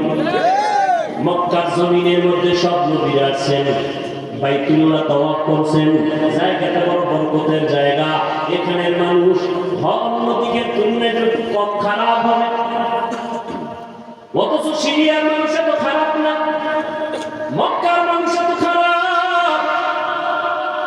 আবার এমন একটা জায়গা যেখানে আল্লাহ পৃথিবী নামক গ্রহ বানাইয়া প্রথম আল্লাহ একটা ঘর বানাইলেন, বাইতুল্লাহ।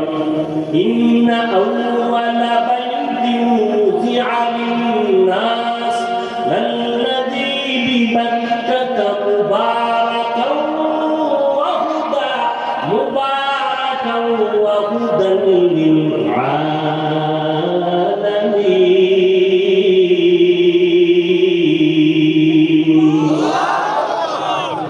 আল্লাহ বলেন, আমি ঘর বানাইলাম, জমিন বানাই, আর কিছু বানাই না। প্রথম পৃথিবীতে বানাইছে একটা ঘর, বাক্কা নগরীর ভেতরে ঘর। ও ঘর হলো বাইতুল্লাহ। এমন একটা ঘর, যে ঘরটা দিয়ে তাকাইলে সওয়াব, যেই ঘর এত বরকতের ঘর, হেদায়েতের জন্য দিলাম, জগৎ সমূহের হেদায়েত। এটা এমন একটা ঘর, নবী বলেন, তুমি জিকির করো না, তেলাওয়াত করো না, নামাজ পড়ো না, তাওয়াফ করো না, শুধু আল্লাহর ঘরটার দিকে যদি তাকাইয়া বসে বসে শুধু তাকায় থাকো, অনবরত আমল নামায় সওয়াব লেখা হবে। হরকে দাওয়াত খৌফে হকদার দিল মদাম জান্নাতুল মাওয়া দেহাত উরামাকা। এমন একটা বরকতের ঘর, যে ঘরটা 24টা ঘন্টা সেকেন্ডে সেকেন্ডে তাওয়াফ চলে, মানুষ না থাকলেও জিনেরা ফেরেশতারা করে। এটা এমন একটা জায়গায় আল্লাহ দিয়েছেন। এই ঘর বরাবর 7 আসমানের উপর একটা নূরের ঘর আছে, ফেরেশতাদের কাবা, নাম হলো বাইতুল মামুর। নূরের ঘর, নূরের ঘর। 70,000 ফেরেশতা মুহূর্তে মুহূর্তে 7 আসমানের বাইতুল মামুর তাওয়াফ করে। একবার যারা সুযোগ পায়, কিয়ামতের আগে আর তাদের সুযোগ হবে না। ওই বরাবর আল্লাহ বাইতুল্লাহ জমিনে বানাইলেন, ফেরেশতারা বাইতুল মামুর তাওয়াফ করে। আল্লাহ ওয়াদা করলেন, ও ফেরেশতা, জমিনের মধ্যে এমন একটা ঘর আমি বাইতুল্লাহ বানাইলাম, এই বাইতুল্লাহ তাওয়াফ যারা করবে, আমি আল্লাহ তাদেরকে এতটা নিষ্পাপ বানাই দেব, মায়ের গর্ভ থেকে বাচ্চা যেমন নিষ্পাপ ভূমিষ্ঠ হয়, আমার বাইতুল্লাহ জিয়ারত করে যারা বের হবে তাদেরও নিষ্পাপ বানাই দেব। আতিনা ফি দারে দুনিয়া না হাসান, আতিনা ফি দারে উকবানা হাসান, ইয়া গিয়াসাল মুস্তাগীসিন ইহদিনা इफ्तिखारा बिल-उलूम वल-मुदीना हर गरीब में तू तैयार है जो न मांगे उससे तू बेजार है। খারাপ লাগে আপনাদের? আর একটু সামনে আগাবো। মা বাবার জন্য, দেশের জন্য, কবরওয়ালাদের জন্য একটু দোয়া করে যাবেন, এই মন মানসিকতা আছে? ঘুমে ধরছে? বাঙালি কি ঘুমায়নি? কিন্তু মোবাইল যেদিন থেকে আসছে দিন থেকে ঘুম বিদায় হয়ে গেছে। আমরা মোনাজাত ধরি বইয়া, মোবাইল আলাদা মোনাজাত ধরে রাতে বিছানায় শুইয়া, সারা মোবাইলের ডিউটি, কবিরা গুনাহ করে চেহারাটা কাকুন হয়ে গেছে।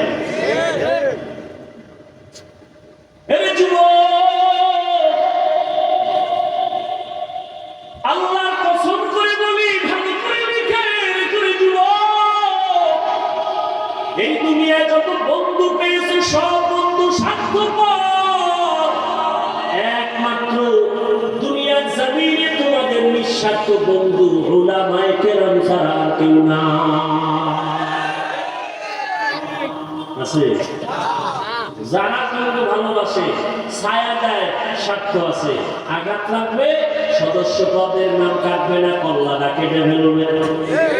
কিন্তু আমরা উলামায়ে কেরাম তোমাদের এত আপন, আমাদের কি পরিমাণ গালাগালি করো তাও আমরা জানি, আমাদের বিরুদ্ধে কি পরিমাণ ফেসবুকে লেখো তাও আমরা জানি।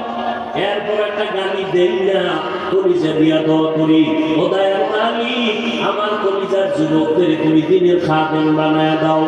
কারণ নবীজিও যুবকদের জন্য বড় দোয়া করেছেন।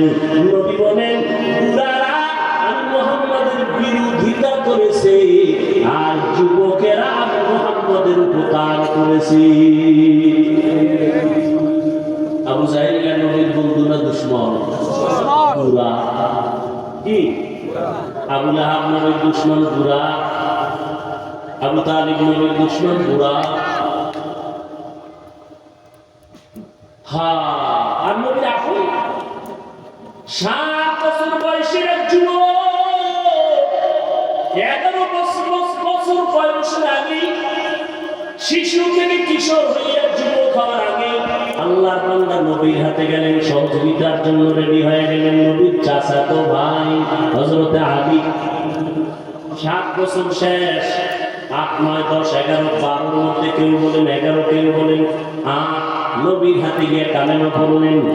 এতদিন ছিল আলী নবীর চাচাতো ভাই, এখন আলী নবীর একজন সাহাবী। কিছুদিন পরে হবেন কি হবে? জামাতা হয়ে যাবে। যুবক নবীর শক্তি দিয়া নবীর কাছে গিয়ে সাহায্যের হাত বাড়াইলেন। আব্দুল্লাহ ইবনে মাসউদ বকরি রাখাল ময়দানে বকরি চালায়, রহমতের নবীকে দেখে রাস্তার পাশে দিয়ে হেঁটে যায়। নবীর পেটে ক্ষুধা লাগছে, আবু বকর সিদ্দিক নবীর সাথে আছেন। কেমন একজন নবী পাইলে রে বাবা, চিল্লা না। ও কুষ্টিয়ার মুসলমান, তুমিও মুসলমান, আমিও মুসলমান, তোমার নবী আমার নবী এক, তোমার ধর্ম আমার ধর্ম এক, তোমার কালিমা আমার কালিমা এক, তোমার কোরআন আমার কোরআন এক, তোমার কাবা আমার কাবা। কিন্তু দুঃখ,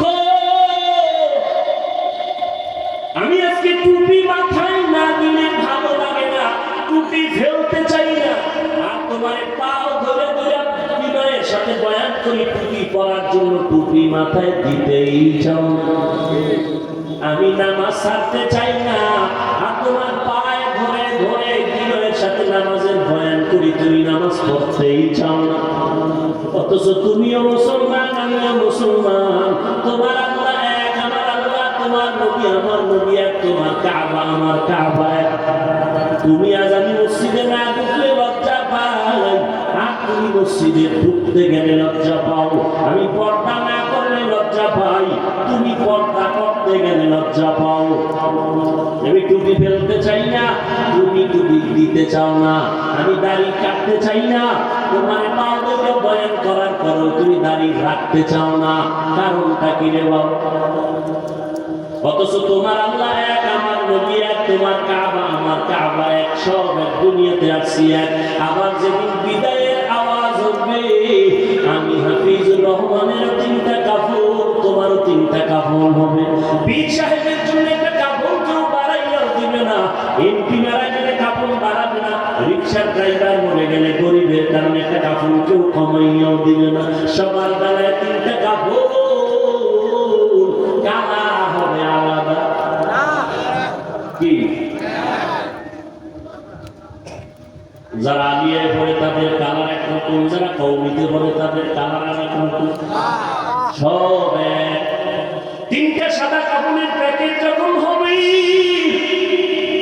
কে পীর, কে মুরিদ, কে আলেম, কে মূর্খ, কে ইমাম, কে মুক্তাদি লেখা থাকবে, সব একাকার হয়ে গেছে। কবরে রাখার পর প্রশ্ন হবে 3টা। কয়টা? আমাকেও যে প্রশ্ন করা হবে, আপনাদেরও সে একই প্রশ্ন করা হবে। রবের পরিচয় দাও, ধর্মের পরিচয় দাও, রাহমাতুল লিল আলামিনের পরিচয় দাও।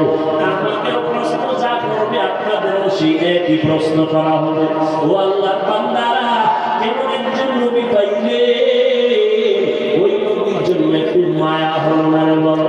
আজকে আমি তোমার মতো চলি, এই দুনিয়ায় চলি তোমার মতো, তোমার মতোই চলাফেরা করি। তুমিও 3 বেলা খাও, আমরাও 3 বেলা খাই।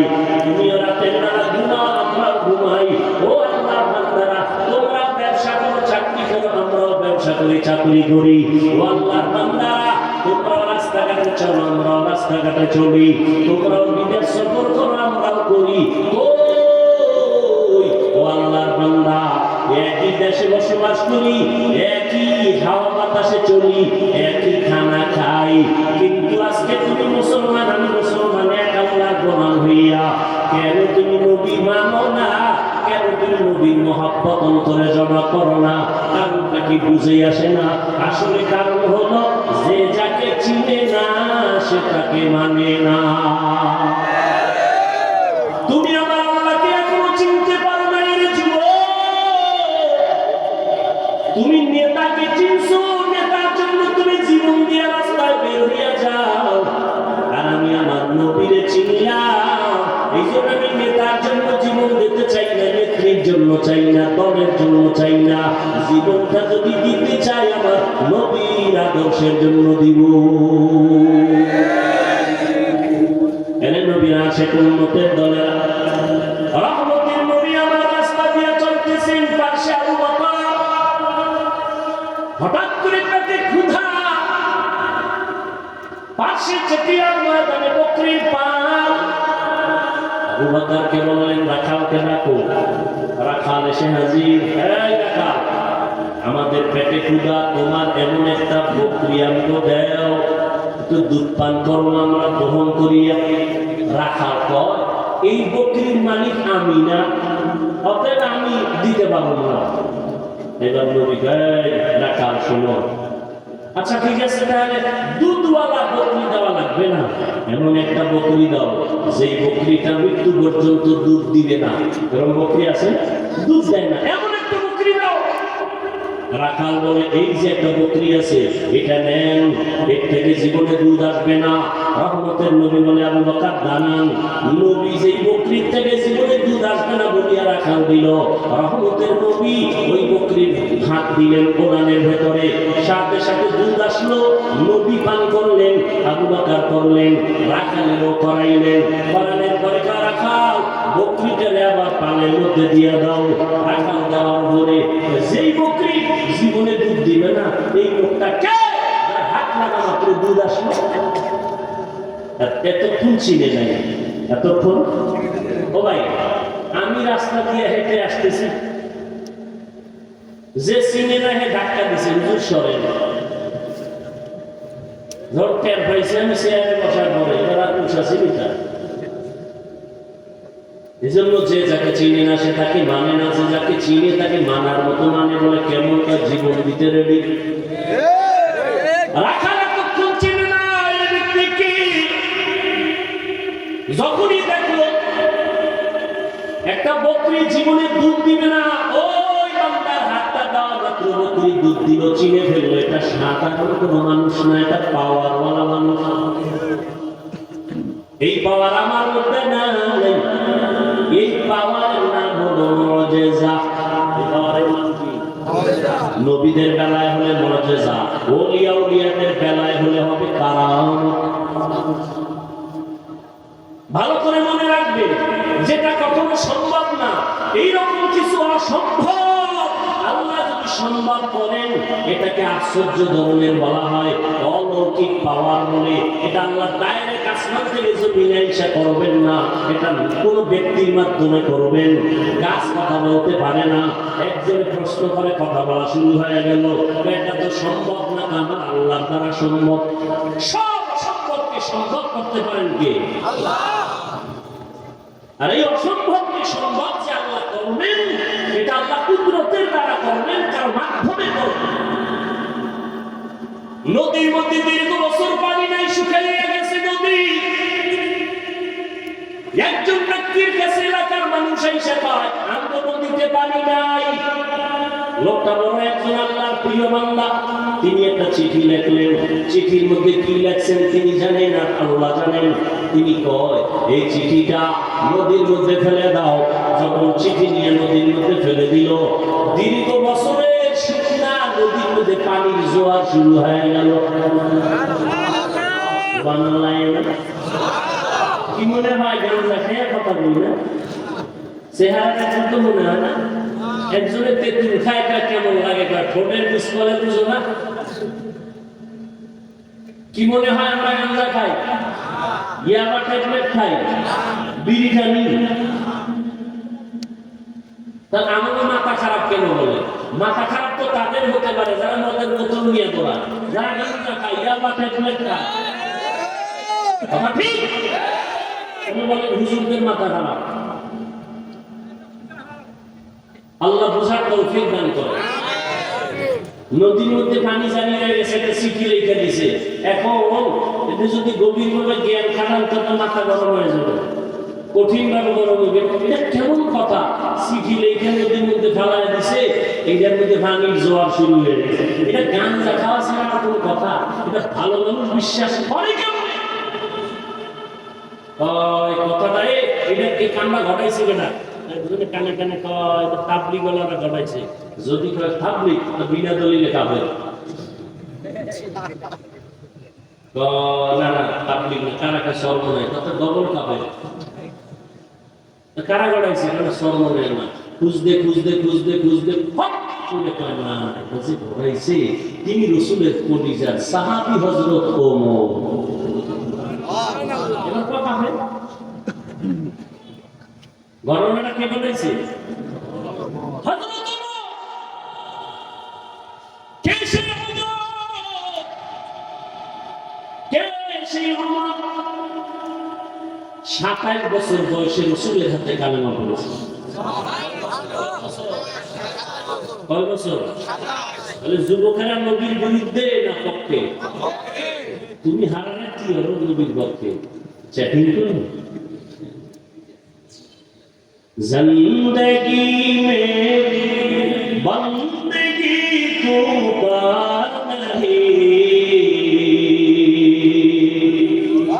जिंदगी में बंदगी तो कार नहीं, जिंदगी में बंदगी शर्मिंदा है, जिंदगी बंदगी शर्मिंदा है। दुनिया में हो दुनिया का ताल्लुक न हो,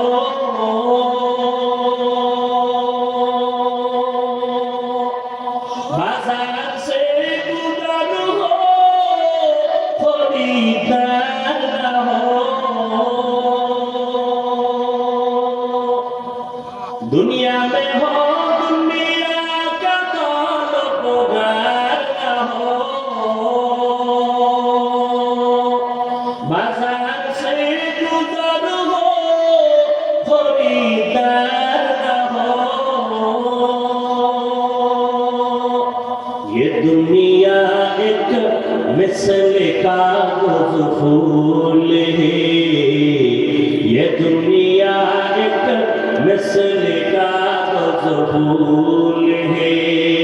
जिंदगी में बंदगी तू कर नहीं, जिंदगी में बंदगी तू कर नहीं,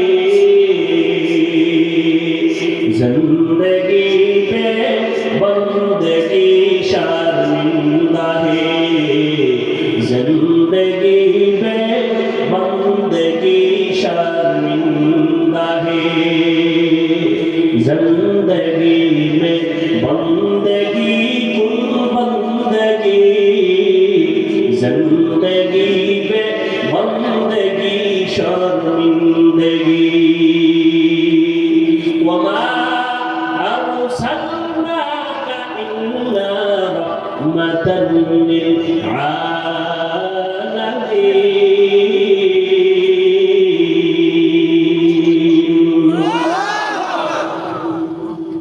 রাখাল কখন দেখলো যেই বকরি কখনো দুধ দিবে না, হঠাৎ করে দুধ চলে আসছে।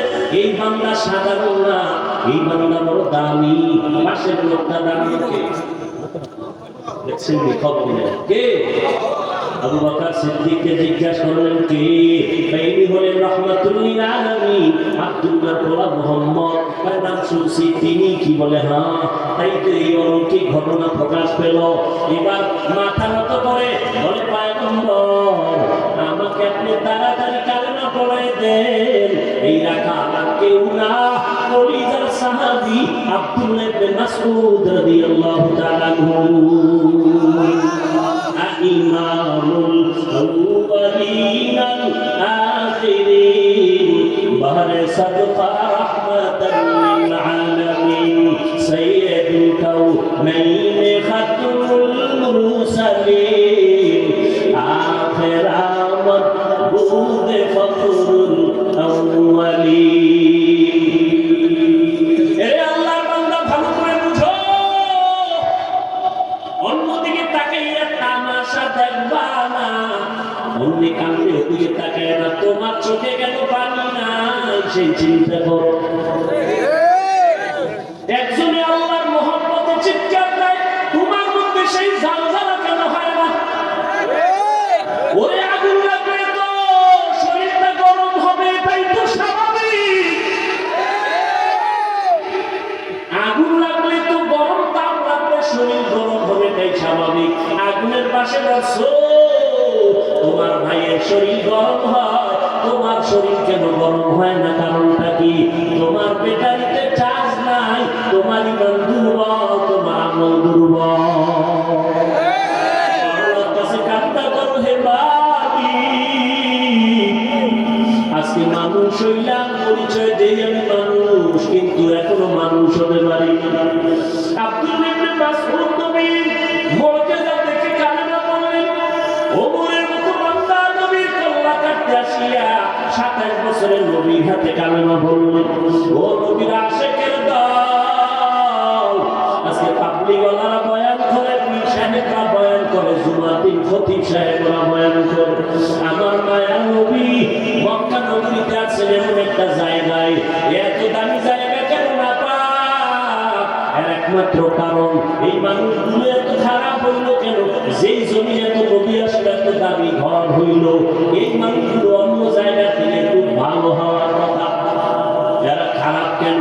এর যতটা জবাব আছে এর মধ্যে শ্রেষ্ঠ জবাব হলো এরা আল্লাহর নবী আসার আগ পর্যন্ত এরা গরিব দিশারা ছিল, এই জন্য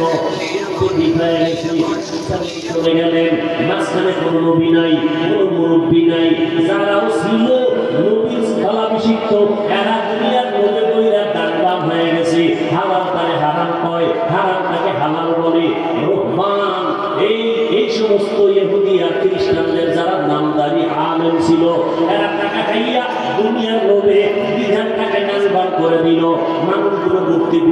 মৃত্যু হয়ে গেল। যেই বাইতুল্লাহ এত দামি ঘর, ওই বাইতুল্লাহর ভেতরে 360টা মূর্তির ভেতরে টানানো কয়টা? 360টা মূর্তি। এই খেয়াল করো ভালো করে, নবী আয়েশা নামাজ যখন শুরু করছে বাইতুল্লাহর পাশে নামাজ পড়ছে, মূর্তি ছিল না। মক্কা বিজয়ের আগে তো মূর্তি নামায় নাই। মূর্তি ভেতরে 360টা মূর্তি। মায়ার নবী আল্লাহর মুহাব্বত নিয়ে নামাজ পড়তেছে। প্রথম কিবলা বাইতুল মুকাদ্দাসের দিকে ফিরিয়া মদিনায় যাইয়াও আমার নবী ওই 16 মাস দীর্ঘ বছর পর্যন্ত বাইতুল মাকদিসে নামাজ পড়ছেন, কিন্তু নবীর দিলের তামান্না বাইতুল্লাহর দিকে ফিরিয়া নামাজ পড়বেন। মদিনার থেকে দক্ষিণ দিকে হলো বাইতুল্লাহ, ওদিকে ফিরিয়া কখন পড়বেন? নবীর মনে চায় এত বছর নবী বাইতুল্লাহ দিয়ে ফিরতে পারে না, কিন্তু দিন কাঁধে বাইতুল্লাহ দিয়ে ফিরবে। নবী নামাজে দাঁড়াইলেন, রুকুর হালাতে জিবরাইল আমিন আয়েশা কয়, নবী এবার আপনি বাইতুল মাকদিস থেকে ফিরিয়া বাইতুল্লাহর দিকে হয়ে যান। জিবরাইল ঘুরাইয়া দিল। নামাজ 4 রাকাতের মাঝখানে 2 রাকাতে ওই মসজিদকে মসজিদে কিবলাতাইন বলে, মদিনাতুল মুনাওয়ারার পাশে। ও নবীর আশিকের দল, এই মক্কার মানুষ খারাপ হওয়ার প্রধান কারণ এরা মুরব্বি হয় নাই। আল্লাহর কসম একবার, আল্লাহর কসম 2 বার, আল্লাহর কসম 3 বার। ওয়াল্লাহি বিল্লাহি তাল্লাহি, যতদিন পর্যন্ত এই জাতি মুরব্বি মানবে না ততদিন পর্যন্ত এই জাতির কপালে শান্তি আসবে না। বর্তমান দুনিয়ায় এই উম্মতের মুরব্বি একমাত্র উলামায়ে আহলে হক।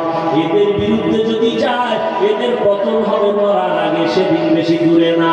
আর যদি আলেমদের মানিয়ে চলে আল্লাহ পাক শান্তির দরওয়াজা খুলে দিবে। মক্কার মানুষ এত খারাপ কেন? তার মুরব্বি নাই, মুরব্বি মানে না, মুরব্বিদের উল্টা পাল্টা করে ফেলছে। এই জন্য আল্লাহর মুহাব্বত এখান থেকে শিক্ষা নাও। নবী আসলেন, মুরব্বি উম্মত পেয়ে গেল। নবী এখন মুরব্বি হইয়া উম্মতের ডাক্তার, চিকিৎসা করতেছেন। উম্মতের সুন্দর চিকিৎসা করার জন্য প্রধান কারণ হলো, প্রথম কাজ হলো সুন্দর ব্যবহার।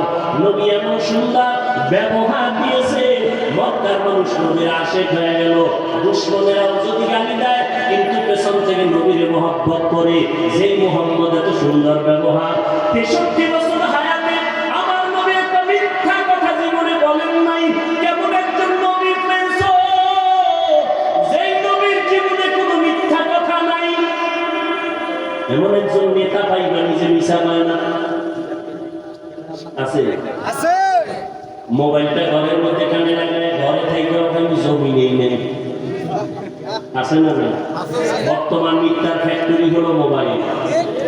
আল্লাহ মিথ্যা থেকে হেফাজত করুন। এমন মায়ার নবী আমার জীবনে একটা মিথ্যা কথা বলেন নাই। কেমন নবী আমার, যেই নবী কোনোদিন কাউকে একটা গালি পর্যন্ত দেন নাই। নবীর সামনে দাঁড়াইয়া কত দুশমন কত ভাষায় গালাগালি করে, আমার নবী গালি দিবেন দূরের কথা, কোনো গালির জবাব দেন নাই। ও কুষ্টিয়ার মুসলমান, আল্লাহর মুহাব্বত অন্তরে জড়ো করে দাও। শিক্ষিত এলাকার মানুষ আপনারা কুষ্টিয়ার বিশ্ববিদ্যালয় থেকে লেখাপড়া করে কত আলেম বের হইয়া উম্মতের দাওয়াত দেয়, দ্বীনে ইসলামের কাজ করে। ও কুষ্টিয়ার মুসলমান, ভালো করে বুঝো, কেবল নবীর আদর্শ পাইলা যে নবী একটা মিথ্যা কথা বলেন নাই, তুমি আমি কেন মিথ্যা বলবো ইচ্ছা করিয়া?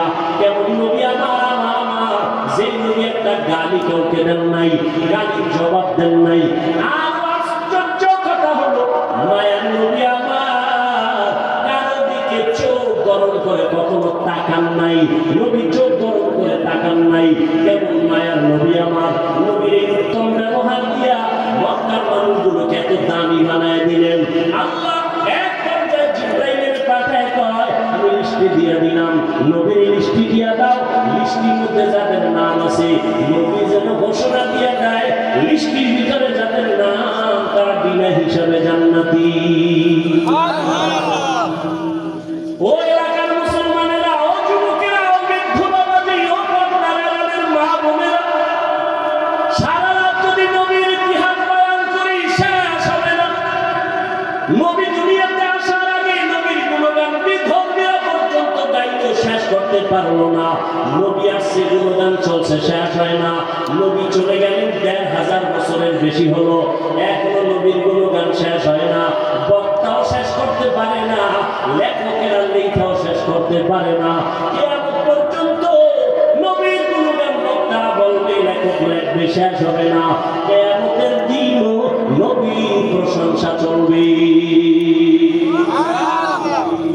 এর নবীর উম্মতেরা ওই নবীর আদর্শ ধারণ করো। আমি কুষ্টিয়ার শিক্ষিত মুসলমানকে জিজ্ঞাসা করবো, নবী রেখে যাওয়া সুন্দর আদর্শ ছাড়া আর কারো কাছে ভালো আদর্শ আসেনি? থাকলে একজনে দাঁড়ায় বলো, হাফিজ ভাই, আমাদের কুষ্টিয়া এলাকার ভেতরে মুহাম্মদের আদর্শ ছাড়া আরো কিছু লোক আছে, তাদের আদর্শ মুহাম্মদেরটার থেকেও ভালো।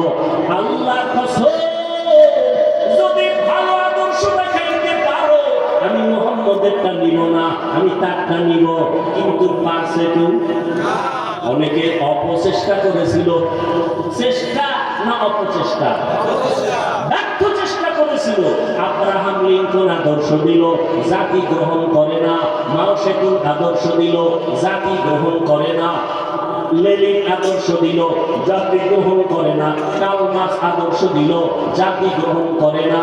বড় আওয়াজ উঠল দুনিয়ায়। কি আওয়াজ? বলে, দুনিয়াতে যত আদর্শ আদর্শ গান শুনলাম, এক কথায় জবাব, দুনিয়ার সব আদর্শগুলো না পাক, একমাত্র মদিনার নবীর আদর্শই হলো পাক। ও গো নবীর উম্মতেরা হয়ে রাজি দিশাহারা, কোরআন হাদিসের চলো যখন যাহা চায় মনে, নবী বিনে কে দাঁড়াবে ফুলসিরাত মিজানে, নবী বিনে কে দাঁড়াবে ফুলসিরাত মিজানে। ও আল্লাহর বান্দারা, তাহলে নবীর আদর্শ থেকে দামি আর আদর্শ কারণ আছে? সবাই একমত? দ্বিতীয় প্রশ্ন, নবীজির আদর্শ যে রেখে গেলেন, মানবে কারা? হিন্দু, ইহুদি, খ্রিস্টান? সবাই একটু জিহ্বা নাড়ায়, আল্লাহ সাক্ষী, ফেরেশতারা লিখবে। বলো, নবীর আদর্শ মানবে কারা? কোন দেশের মুসলমান? সারা দুনিয়া। শুধু কুষ্টিয়ার মুসলমান বাপ? হ্যাঁ, তাহলে নবীর আদর্শ হিন্দু মানবে না, বৌদ্ধরা মানবে না, ইহুদিরা মানবে না, খ্রিস্টানেরা মানবে না, তুমি মুসলমান মানবা। কিন্তু নবীর আদর্শে দাড়ি লম্বা হয় না কেন? নবীর আদর্শে টুপি মাথায় উঠে না কেন? নবীর আদর্শ মতো ৫ বেলার নামাজ পড়ো না কেন? এটা কি শুধু হুজুরেরা করবে? আল্লাহর বান্দা যদি বলে, হুজুর, ও হাফিজ ভাই, আমরা পারি না, আপনারা পারেন। এবার আমি বলবো, রে বাবা, তোমার মতো যুবক জীবনে মাদ্রাসায় পড়ে নাই, স্কুল কলেজে লেখাপড়া করে, জেনারেল লাইনে চাকরি করে, ব্যবসা করে, সত্য কথাটা স্বীকার করো। তোমার মতো যুবক জীবনে মাদ্রাসায় পড়ে নাই, এমন যুবক স্কুল কলেজ ভার্সিটিতে পড়ে, ৫ বেলার নামাজ পড়ে আছে না নাই? আর কি ওয়াজ করবো বলো? এবার তুমি তোমারে জিজ্ঞেস করো, তুমি কেন পারো না? ও কুষ্টিয়ার মুসলমান, তোমার মতো যুবক সন্তান র্যাব আর্মি পুলিশ বিডিআরের চাকরি করে, ৫ বেলার নামাজ পড়ে আছে না নাই? তুমি কেন পারবা না রে বাবা? তোমার মতো যুবক রাস্তায় গাড়ি চালায়, ৫ বেলার নামাজ পড়ে, তুমি কেন পারবা না? বালিশে মাথা লাগায় একটু কষ্ট করো, তুমি কেন পারবা না রে বাবা? নদীর মধ্যে মাছ ধরে, নামাজ ছাড়ে না, তুমি কেন পারো না? তোমার আমার মতো কত যুবক তাকায় দেখো ময়দানে কৃষি কাজ করে, নামাজ পড়ে, তুমি কেন পারবা না? আসলে কি ওলামায়ে কেরামের কথা মিথ্যা মনে করছো? আল্লাহর কোরআন নবীর কথা কি মিথ্যা মনে করছো নাকি বাবা? আমাকে আবার একটু জবাব দাও, আমার আল্লাহর কোরআন সত্য নাকি মিথ্যা? কত পার্সেন্ট সত্য? সবাই বলো। এবার আমাকে বলো, আল্লাহর এই কোরআনের জান্নাতের বয়ান আসেনি? সত্য। জাহান্নামের বয়ান আসেনি? এবার বলো বাবা, ওই আল্লাহর কোরআনে জান্নাত জাহান্নামের বয়ান আছে, শুধু এতটুকু না, কারা জান্নাতে যাবে কারা জাহান্নামে যাবে আল্লাহ তাও বয়ান করেছেন। ইন্নাল আবরারা লাফি নাঈম ওয়া ইন্নাল ফুজ্জারা লাফি জাহিম। নেক আমল যারা করবে তারা জান্নাতের পথিক, যারা গুনাহ করবে তারা জাহান্নামের পথিক। ও আল্লাহর বান্দারা, জাহান্নামটা কেমন ভয়ঙ্কর, জান্নাতটা কেমন আরামের ঘর আমার আল্লাহ তাও বয়ান করেছেন। জান্নাতিন তাজরি মিন তাহতিহাল আনহার, এমন একটা জান্নাত আল্লাহ জান্নাত নেক আমলওয়ালাকে দিবেন, যেই জান্নাতে ঢুকলে কোনোদিন যুবকরা বুড়া হবে না, কালো থাকবে না, যেই জান্নাতে কোনো বাথরুম নাই, যেই জান্নাতে কোনো রোদের গরম অসহ্যকর গরম নাই, যেখানে কোনো বিদ্যুতের লোডশেডিং নাই, ওই জান্নাত এমন আরামের জায়গা যেখানে শান্তি আর শান্তি আর শান্তি। আবারও জবাব দাও, এই জান্নাত পাবে কারা? গুনাহগার না নেক আমলওয়ালা? তোমার আমল কোথায় রে বাবা? আর যারা গুনাহ নিয়ে কবরে যাবে তাদের জন্য জাহান্নাম আল্লাহ বানায় রাখছেন। কেমন জাহান্নাম? আল্লাহ তাআলা কোরআনে বয়ান করেছেন, আল্লাতী তাত্তাবিউ আলাল আফইদা, দুনিয়ার আগুন থেকে 70 গুণ জাহান্নামের আগুনের গরম হবে বেশি। ওই জাহান্নামটা গুনাহগারের জন্য, ওই জাহান্নামে তো ভয়ঙ্কর। দুনিয়ার আগুন হাতে লাগলে হাত জ্বলে পা জ্বলে না, পায়ে লাগলে পা জ্বলে হাত জ্বলে না। আল্লাহ বলেন জাহান্নামের আগুন তো মারাত্মক ভয়ঙ্কর আগুন, শরীরের যে কোনো জায়গায় লাগা মাত্র কলিজা পর্যন্ত ভুনা হয়ে যাবে। ও যুবক, আজকে আমিও তো তোমার মতো একটা যুবক। আমি যদি তোমার মতো প্যান্ট শার্ট টাই লাগাইয়া দাড়ি কামাইয়া রাস্তায় ঘুরতাম, নাস্তানি করতাম, কেউ বাধা দিত না। টুপি মাথায় দিলে মাথা গরম হয়, তোমার থেকে কম বুঝি না, এরপর কেন টুপি ভালাই না। দাড়ি রাখলে যৌবনের ভাব চলে যায়, এগুলো বুঝি, এরপর কোনো দাড়ি কাটি না। ও যুবক, বেপরদায় চললে বড় যৌবনের ভাব মিটানো যায়, এরপর কেন বেপরদায় চলি না?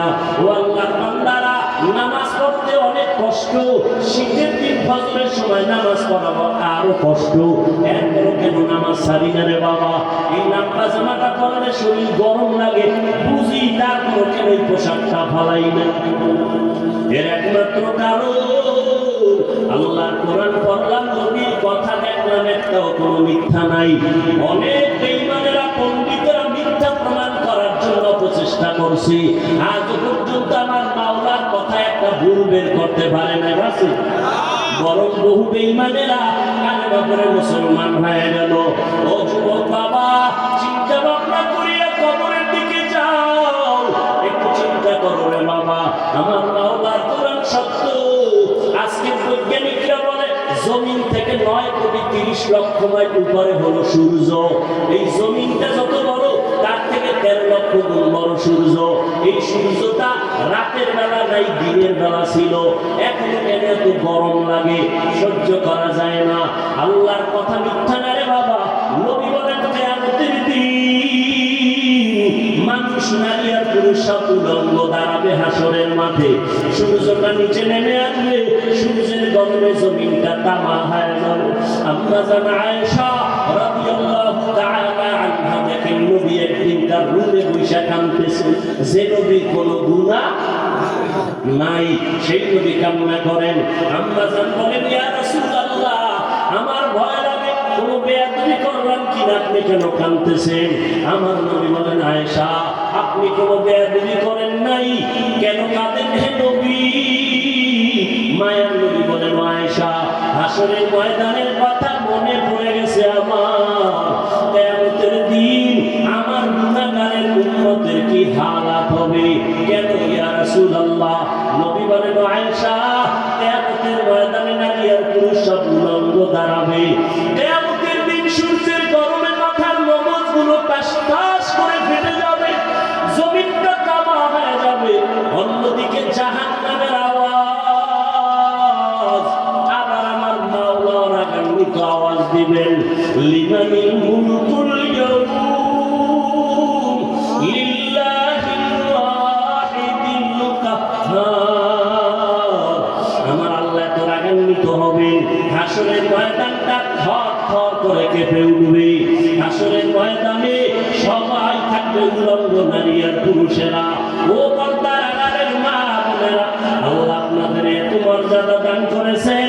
আপনারা নবীদের মায়ের মতো মা, আপনারা আলেমদের মায়ের মতো মা, আপনাদের এত সম্মান। আপনারা খাদিজা রাদিয়াল্লাহু তাআলা আনহার মতো নারী, আপনারা আয়েশা রাদিয়াল্লাহু তাআলা আনহার মতো দামি নারী, আপনারা ফাতেমা রাদিয়াল্লাহু তাআলা আনহার মতো দামি নারী, ঈসা নবীর মা মারিয়াম আলাইহিস সালামের মতো দামি নারী। আপনারা আল্লাহ পাক রব্বুল আলামিন এত সম্মান আপনাদের দান করলেন। ও পর্দার আড়ালের আম্মা জানেরা, এতক্ষণ আমি যুবকদের যত বয়ান শুনাইলাম ভালো লাইনে, এই ভালোটা ততদিন পর্যন্ত হবে না যতদিন পর্যন্ত মা আপনার সন্তানকে ভালো লাইনে চালাইবেন না। কারণ সন্তান ভালো লাইনে যাওয়ার পেছনে অবদান হলো মায়ের। কারণ সন্তান মাকে বেশি ফলো করিয়া চলে। এই জন্যই নবীও বলেছেন, এই দুনিয়ায় সব থেকে নারী নেককারিনী যারা আদর্শবান নারী বড় দামি সম্পদ। এরে আম্মা যান, আপনার সন্তানটাকে আপনি ডাক্তার বানাবেন, বাধা নাই। ইঞ্জিনিয়ার বানাবেন, বাধা নাই। প্রফেসর বানাবেন, বাধা নাই। ও যুবক, তুমি স্কুলে পড়ো, কলেজে পড়ো, ভার্সিটিতে পড়ো, বাধা নাই। আমি এতক্ষণ তোমাদের এত চিল্লাইয়া বয়ান শুনাইলাম, একবার আমি বলি না তোমরা হুজুর হইয়া মাদ্রাসায় যাও। না বাবা, তুমি চাকরি করো, বাধা নাই। ব্যবসা করো, বাধা নাই। তুমি স্কুলে পড়ো, বাধা নাই। তুমি চাকরি করো, তুমি ভার্সিটিতে পড়ো, কোনো বাধা নাই। তবে নবীর আদর্শ মানিয়া অন্ধকার কবরে দিয়ে রওনা হও। ডাক্তারও যদি হও, মা বাবার দোয়া নিয়ে চলিও, পাঁচ বেলার নামাজ পড়িও, কপাল খুলে যাবে। ইঞ্জিনিয়ার যদি হও, ভালো আদর্শ নিয়ে মানুষের সাথে আচরণ ভালো করিও, কোরআন তেলাওয়াত করো, পাঁচ ওয়াক্ত নামাজ পড়িও, জীবনের চাকা ঘুরে যাবে। ও আল্লাহর বান্দারা, আম্মা জানাই সবাই, ও নবী কিয়ামতের ময়দানে ভয়ঙ্কর হালাত কেমন হবে? নবী চোখের পানি ছেড়ে কাঁদেন আর আয়েশা, নবীরা যাদের কোনো গুনাহ নাই সেই নবীরা পর্যন্ত কান্নায় বিভোর হয়ে যাবে। আদম নবী কান্না করবেন নিজেকে বাঁচাবার জন্য, মূসা নবী কান্না করবেন নিজেকে পরিত্রাণের জন্য, ইব্রাহিম নবী কান্না করবেন নিজেকে বাঁচাবার জন্য, মুক্তির জন্য, ঈসা নবী কান্না করবেন নিজেকে মুক্তি করার জন্য, উম্মতেরা যাবে সুপারিশের জন্য। আদম নবী তাড়ায় দিবেন, মূসা নবী তাড়ায় দিবেন। উম্মতের সুপারিশ করতে গিয়া ইব্রাহিম নবী বলবেন আমি পারবো না, নূহ আলাইহিস সালাম বলবেন আমি পারবো না। নবী বলেন, ও আয়েশা জানো, ওই কঠিন সময় উম্মতেরা এক একজন নবীর কাছে যাইয়া যখন দেখবে সুপারিশের কেউ নাই, উম্মতেরা পাগলের মতো করবে। সর্বশেষ ওরা আমি মুহাম্মদের কাছে দৌড়ানোর চেষ্টা করবে, আমাকে তালাশ করবে। আম্মা জান বলেন, নবী আপনাকে হাসরের ময়দানে উম্মতেরা কোথায় পাবে? নবী বলেন, আয়েশা আমি আমার মাওলার কুদরতের সামনে মাকামে মাহমুদে সিজদায় পড়ে কান্না করব। নবীরা নিজেকে বাঁচাবার কান্নায় দিব, আর আমি মুহাম্মদ একবারও আমার জন্য আমি কান্না করব না। আমি কান্না করে শুধু বারবার বলবো, আল্লাহ আমার উম্মতের বাঁচাও, আমার উম্মতের বাঁচাও, আমার একটা উম্মত যেন জাহান্নামে না যায়। আমার আল্লাহ তখন বলবে, নবী আপনি কাঁদবেন না, আপনার উম্মতগুলো ধরে ধরে বাছাই করে জান্নাতের ময়দানের দিকে নিয়ে যান। ও আয়েশা, আমি তখন খুশি মনে আমার উম্মতগুলো ধরে ধরে জান্নাতের ময়দানের দিকে নেওয়া শুরু করব। আম্মা জান আয়েশা বলেন, ইয়া রাসূলুল্লাহ, কোটি কোটি কোটি মানুষের ভেতরে আপনার উম্মতগুলো চিনবেন কি করে? নবী বলেন, আয়েশা যেই উম্মত দুনিয়াতে মুহাম্মদের মহব্বতে ভরিয়া ওযু বানাইয়া পাঁচ ওয়াক্ত নামাজ যথাযথভাবে আদায় করবে, কিয়ামতের ময়দানে ওই ওযুর জায়গাগুলো নূরের আলোতে চমকাইতে থাকবে। আমি নবী দেখে দেখে উম্মতকে জান্নাতের দিকে নিয়ে যাব। ও কুষ্টিয়ার মুসলমান বাবা, ও যুবক বৃদ্ধ বাবাজি, ভক্তারা, মা বোনেরা, কিয়ামতের ময়দানে আল্লাহ না করুন যদি আল্লাহর নবীর সুপারিশের কাতারে দাঁড়াইতে না পারি, বেনামাজি হইয়া যদি দাঁড়াই, বেপরদার অবস্থা নিয়ে যদি দাঁড়াই, তওবা না করে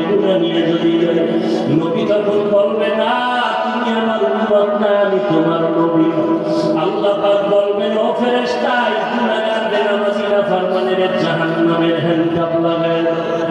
ও আল্লাহর বান্দারা, সূর্যের গরম সইতে পারি না, গুনাহ নিয়ে কবরে গেলে হাসরের ময়দানে কেমনে জাহান্নামের আগুন সহ্য করো? একটু নিজের চিন্তা করো। আজকে তোমার ডানে বামে, আমার ডানে বামে ভক্তবৃন্দের অভাব নাই, টাকা পয়সা বাড়ি গাড়ির অভাব নাই, মরিয়া গেলে সাদা কাপড় ছাড়া কেউ নাই, অন্ধকার কবরে কেউ আমার আপন হইয়া যাবে না। ওদের এখনো সময় আছে, তওবা করে নাও। আল্লাহ মহব্বত নিয়ে, উলামায়ে কেরামের পরামর্শ নিয়ে 5 ওয়াক্ত নামাজ পড়ো। এখনো সময় আছে, মনে মনে আমার আল্লাহকে ডাকো আর বলো, হে মালিক, জীবনে তো নামাজ কম সারি নাই, বেতন দেয় কম চলি না, আজকে থেকে তওবা করো। আমার মতো যুবক স্কুল কলেজে পড়িয়া, ব্যবসা করে, চাকরি করে যদি নামাজ পড়ে আমি কেন পারবো না? আজকে থেকে নামাজ ছাড়বো না, বেতন দেয় চলবো না, দাড়ি কাটবো না, মা বাবার সাথে বেয়াদবি করবো না, মুরব্বীদের সাথে বেয়াদবি করবো না, উলামায়ে কেরামের পরামর্শ নিয়ে নবীর তরিকা মানিয়া চলবো, মা বাবার দোয়া নিয়ে চলবো। তওবা করার মতো যদি নিয়ত হয়, অন্তরে যদি কোনো নেফাকি আর দুর্বলতা না থাকে, খাঁটি তওবা করার নিয়ত যাদের অন্তরে আছে, দুটো হাত আমার আল্লাহকে দেখাইয়া দাও। আয় আল্লাহ, আমাদের হাতগুলো কবুল করে নেন, তওবা কবুল করে নেন। তওবার উপরে মজবুত হইয়া, নবীজির আদর্শ মানিয়া, উলামায়ে কেরামের পরামর্শে চলার তৌফিক দান করেন, আমিন। আলহামদুলিল্লাহি রাব্বিল আলামিন, ওয়াসসালাতু ওয়াসসালামু আলা সাইয়্যিদিল আমবিয়া ওয়াল মুরসালিন ওয়া আলা আলিহি ওয়া আসহাবিহি আজমাইন। ইয়া আরহামার রাহিমিন, ইয়া আরহামার রাহিমিন, ইয়া আরহামার রাহিমিন। রব্বির হামহুমা কামা রাব্বায়ানি সগীরা। আল্লাহুম্মা ইন্নাকা আফুউন কারীম তুহিব্বুল আফওয়া ফা'ফু আন্না। আল্লাহুম্মা ইন্না নাসআলুকা রিজকাকা ওয়াল জান্নাহ ওয়া নাউযু বিকা মিন সাখাতিকা ওয়ান নার। ও দয়ার মালিক, কুদরতের নজর দিয়ে দেখে উলামায়ে কেরাম, মুরব্বি, হাজী সাহেব, কত ব্যবসায়ী, চাকরিজীবী, কত ছাত্র ভাই, যুবক ভাই, পর্দা দাঁড়ালেন মা বোনেরা হাত তুলেছেন। আয় আল্লাহ, আমরা সবাই গুনাহগার, জাহান্নামের আসামি। তওবার নিয়তে হাত তুলেছি। জীবনে হাতের দ্বারা কত গুনাহ করেছি, চোখের দ্বারা কত গুনাহ করলাম, জবানে গুনাহ করলাম, কত নামাজ ছাড়লাম, বেপরদা চললাম। আজকে থেকে তওবা করলাম, আর নামাজ ছাড়ব না। আয় আল্লাহ, গুনাহ করব না। আয় আল্লাহ, মা বাবার সাথে বেয়াদবি করব না। উলামায়ে কেরামের পরামর্শ নিয়ে নবীর তরিকা মেনে চলবো। আল্লাহ, আমাদের তওবা কবুল করে নেন। আয় আল্লাহ, জীবনের সব গুনাহগুলো মাফ করে দেন। আল্লাহ, এই মাহফিল কবুল করে নেন। আয়োজনকারী, সহযোগিতাকারীদের কবুল করে নেন।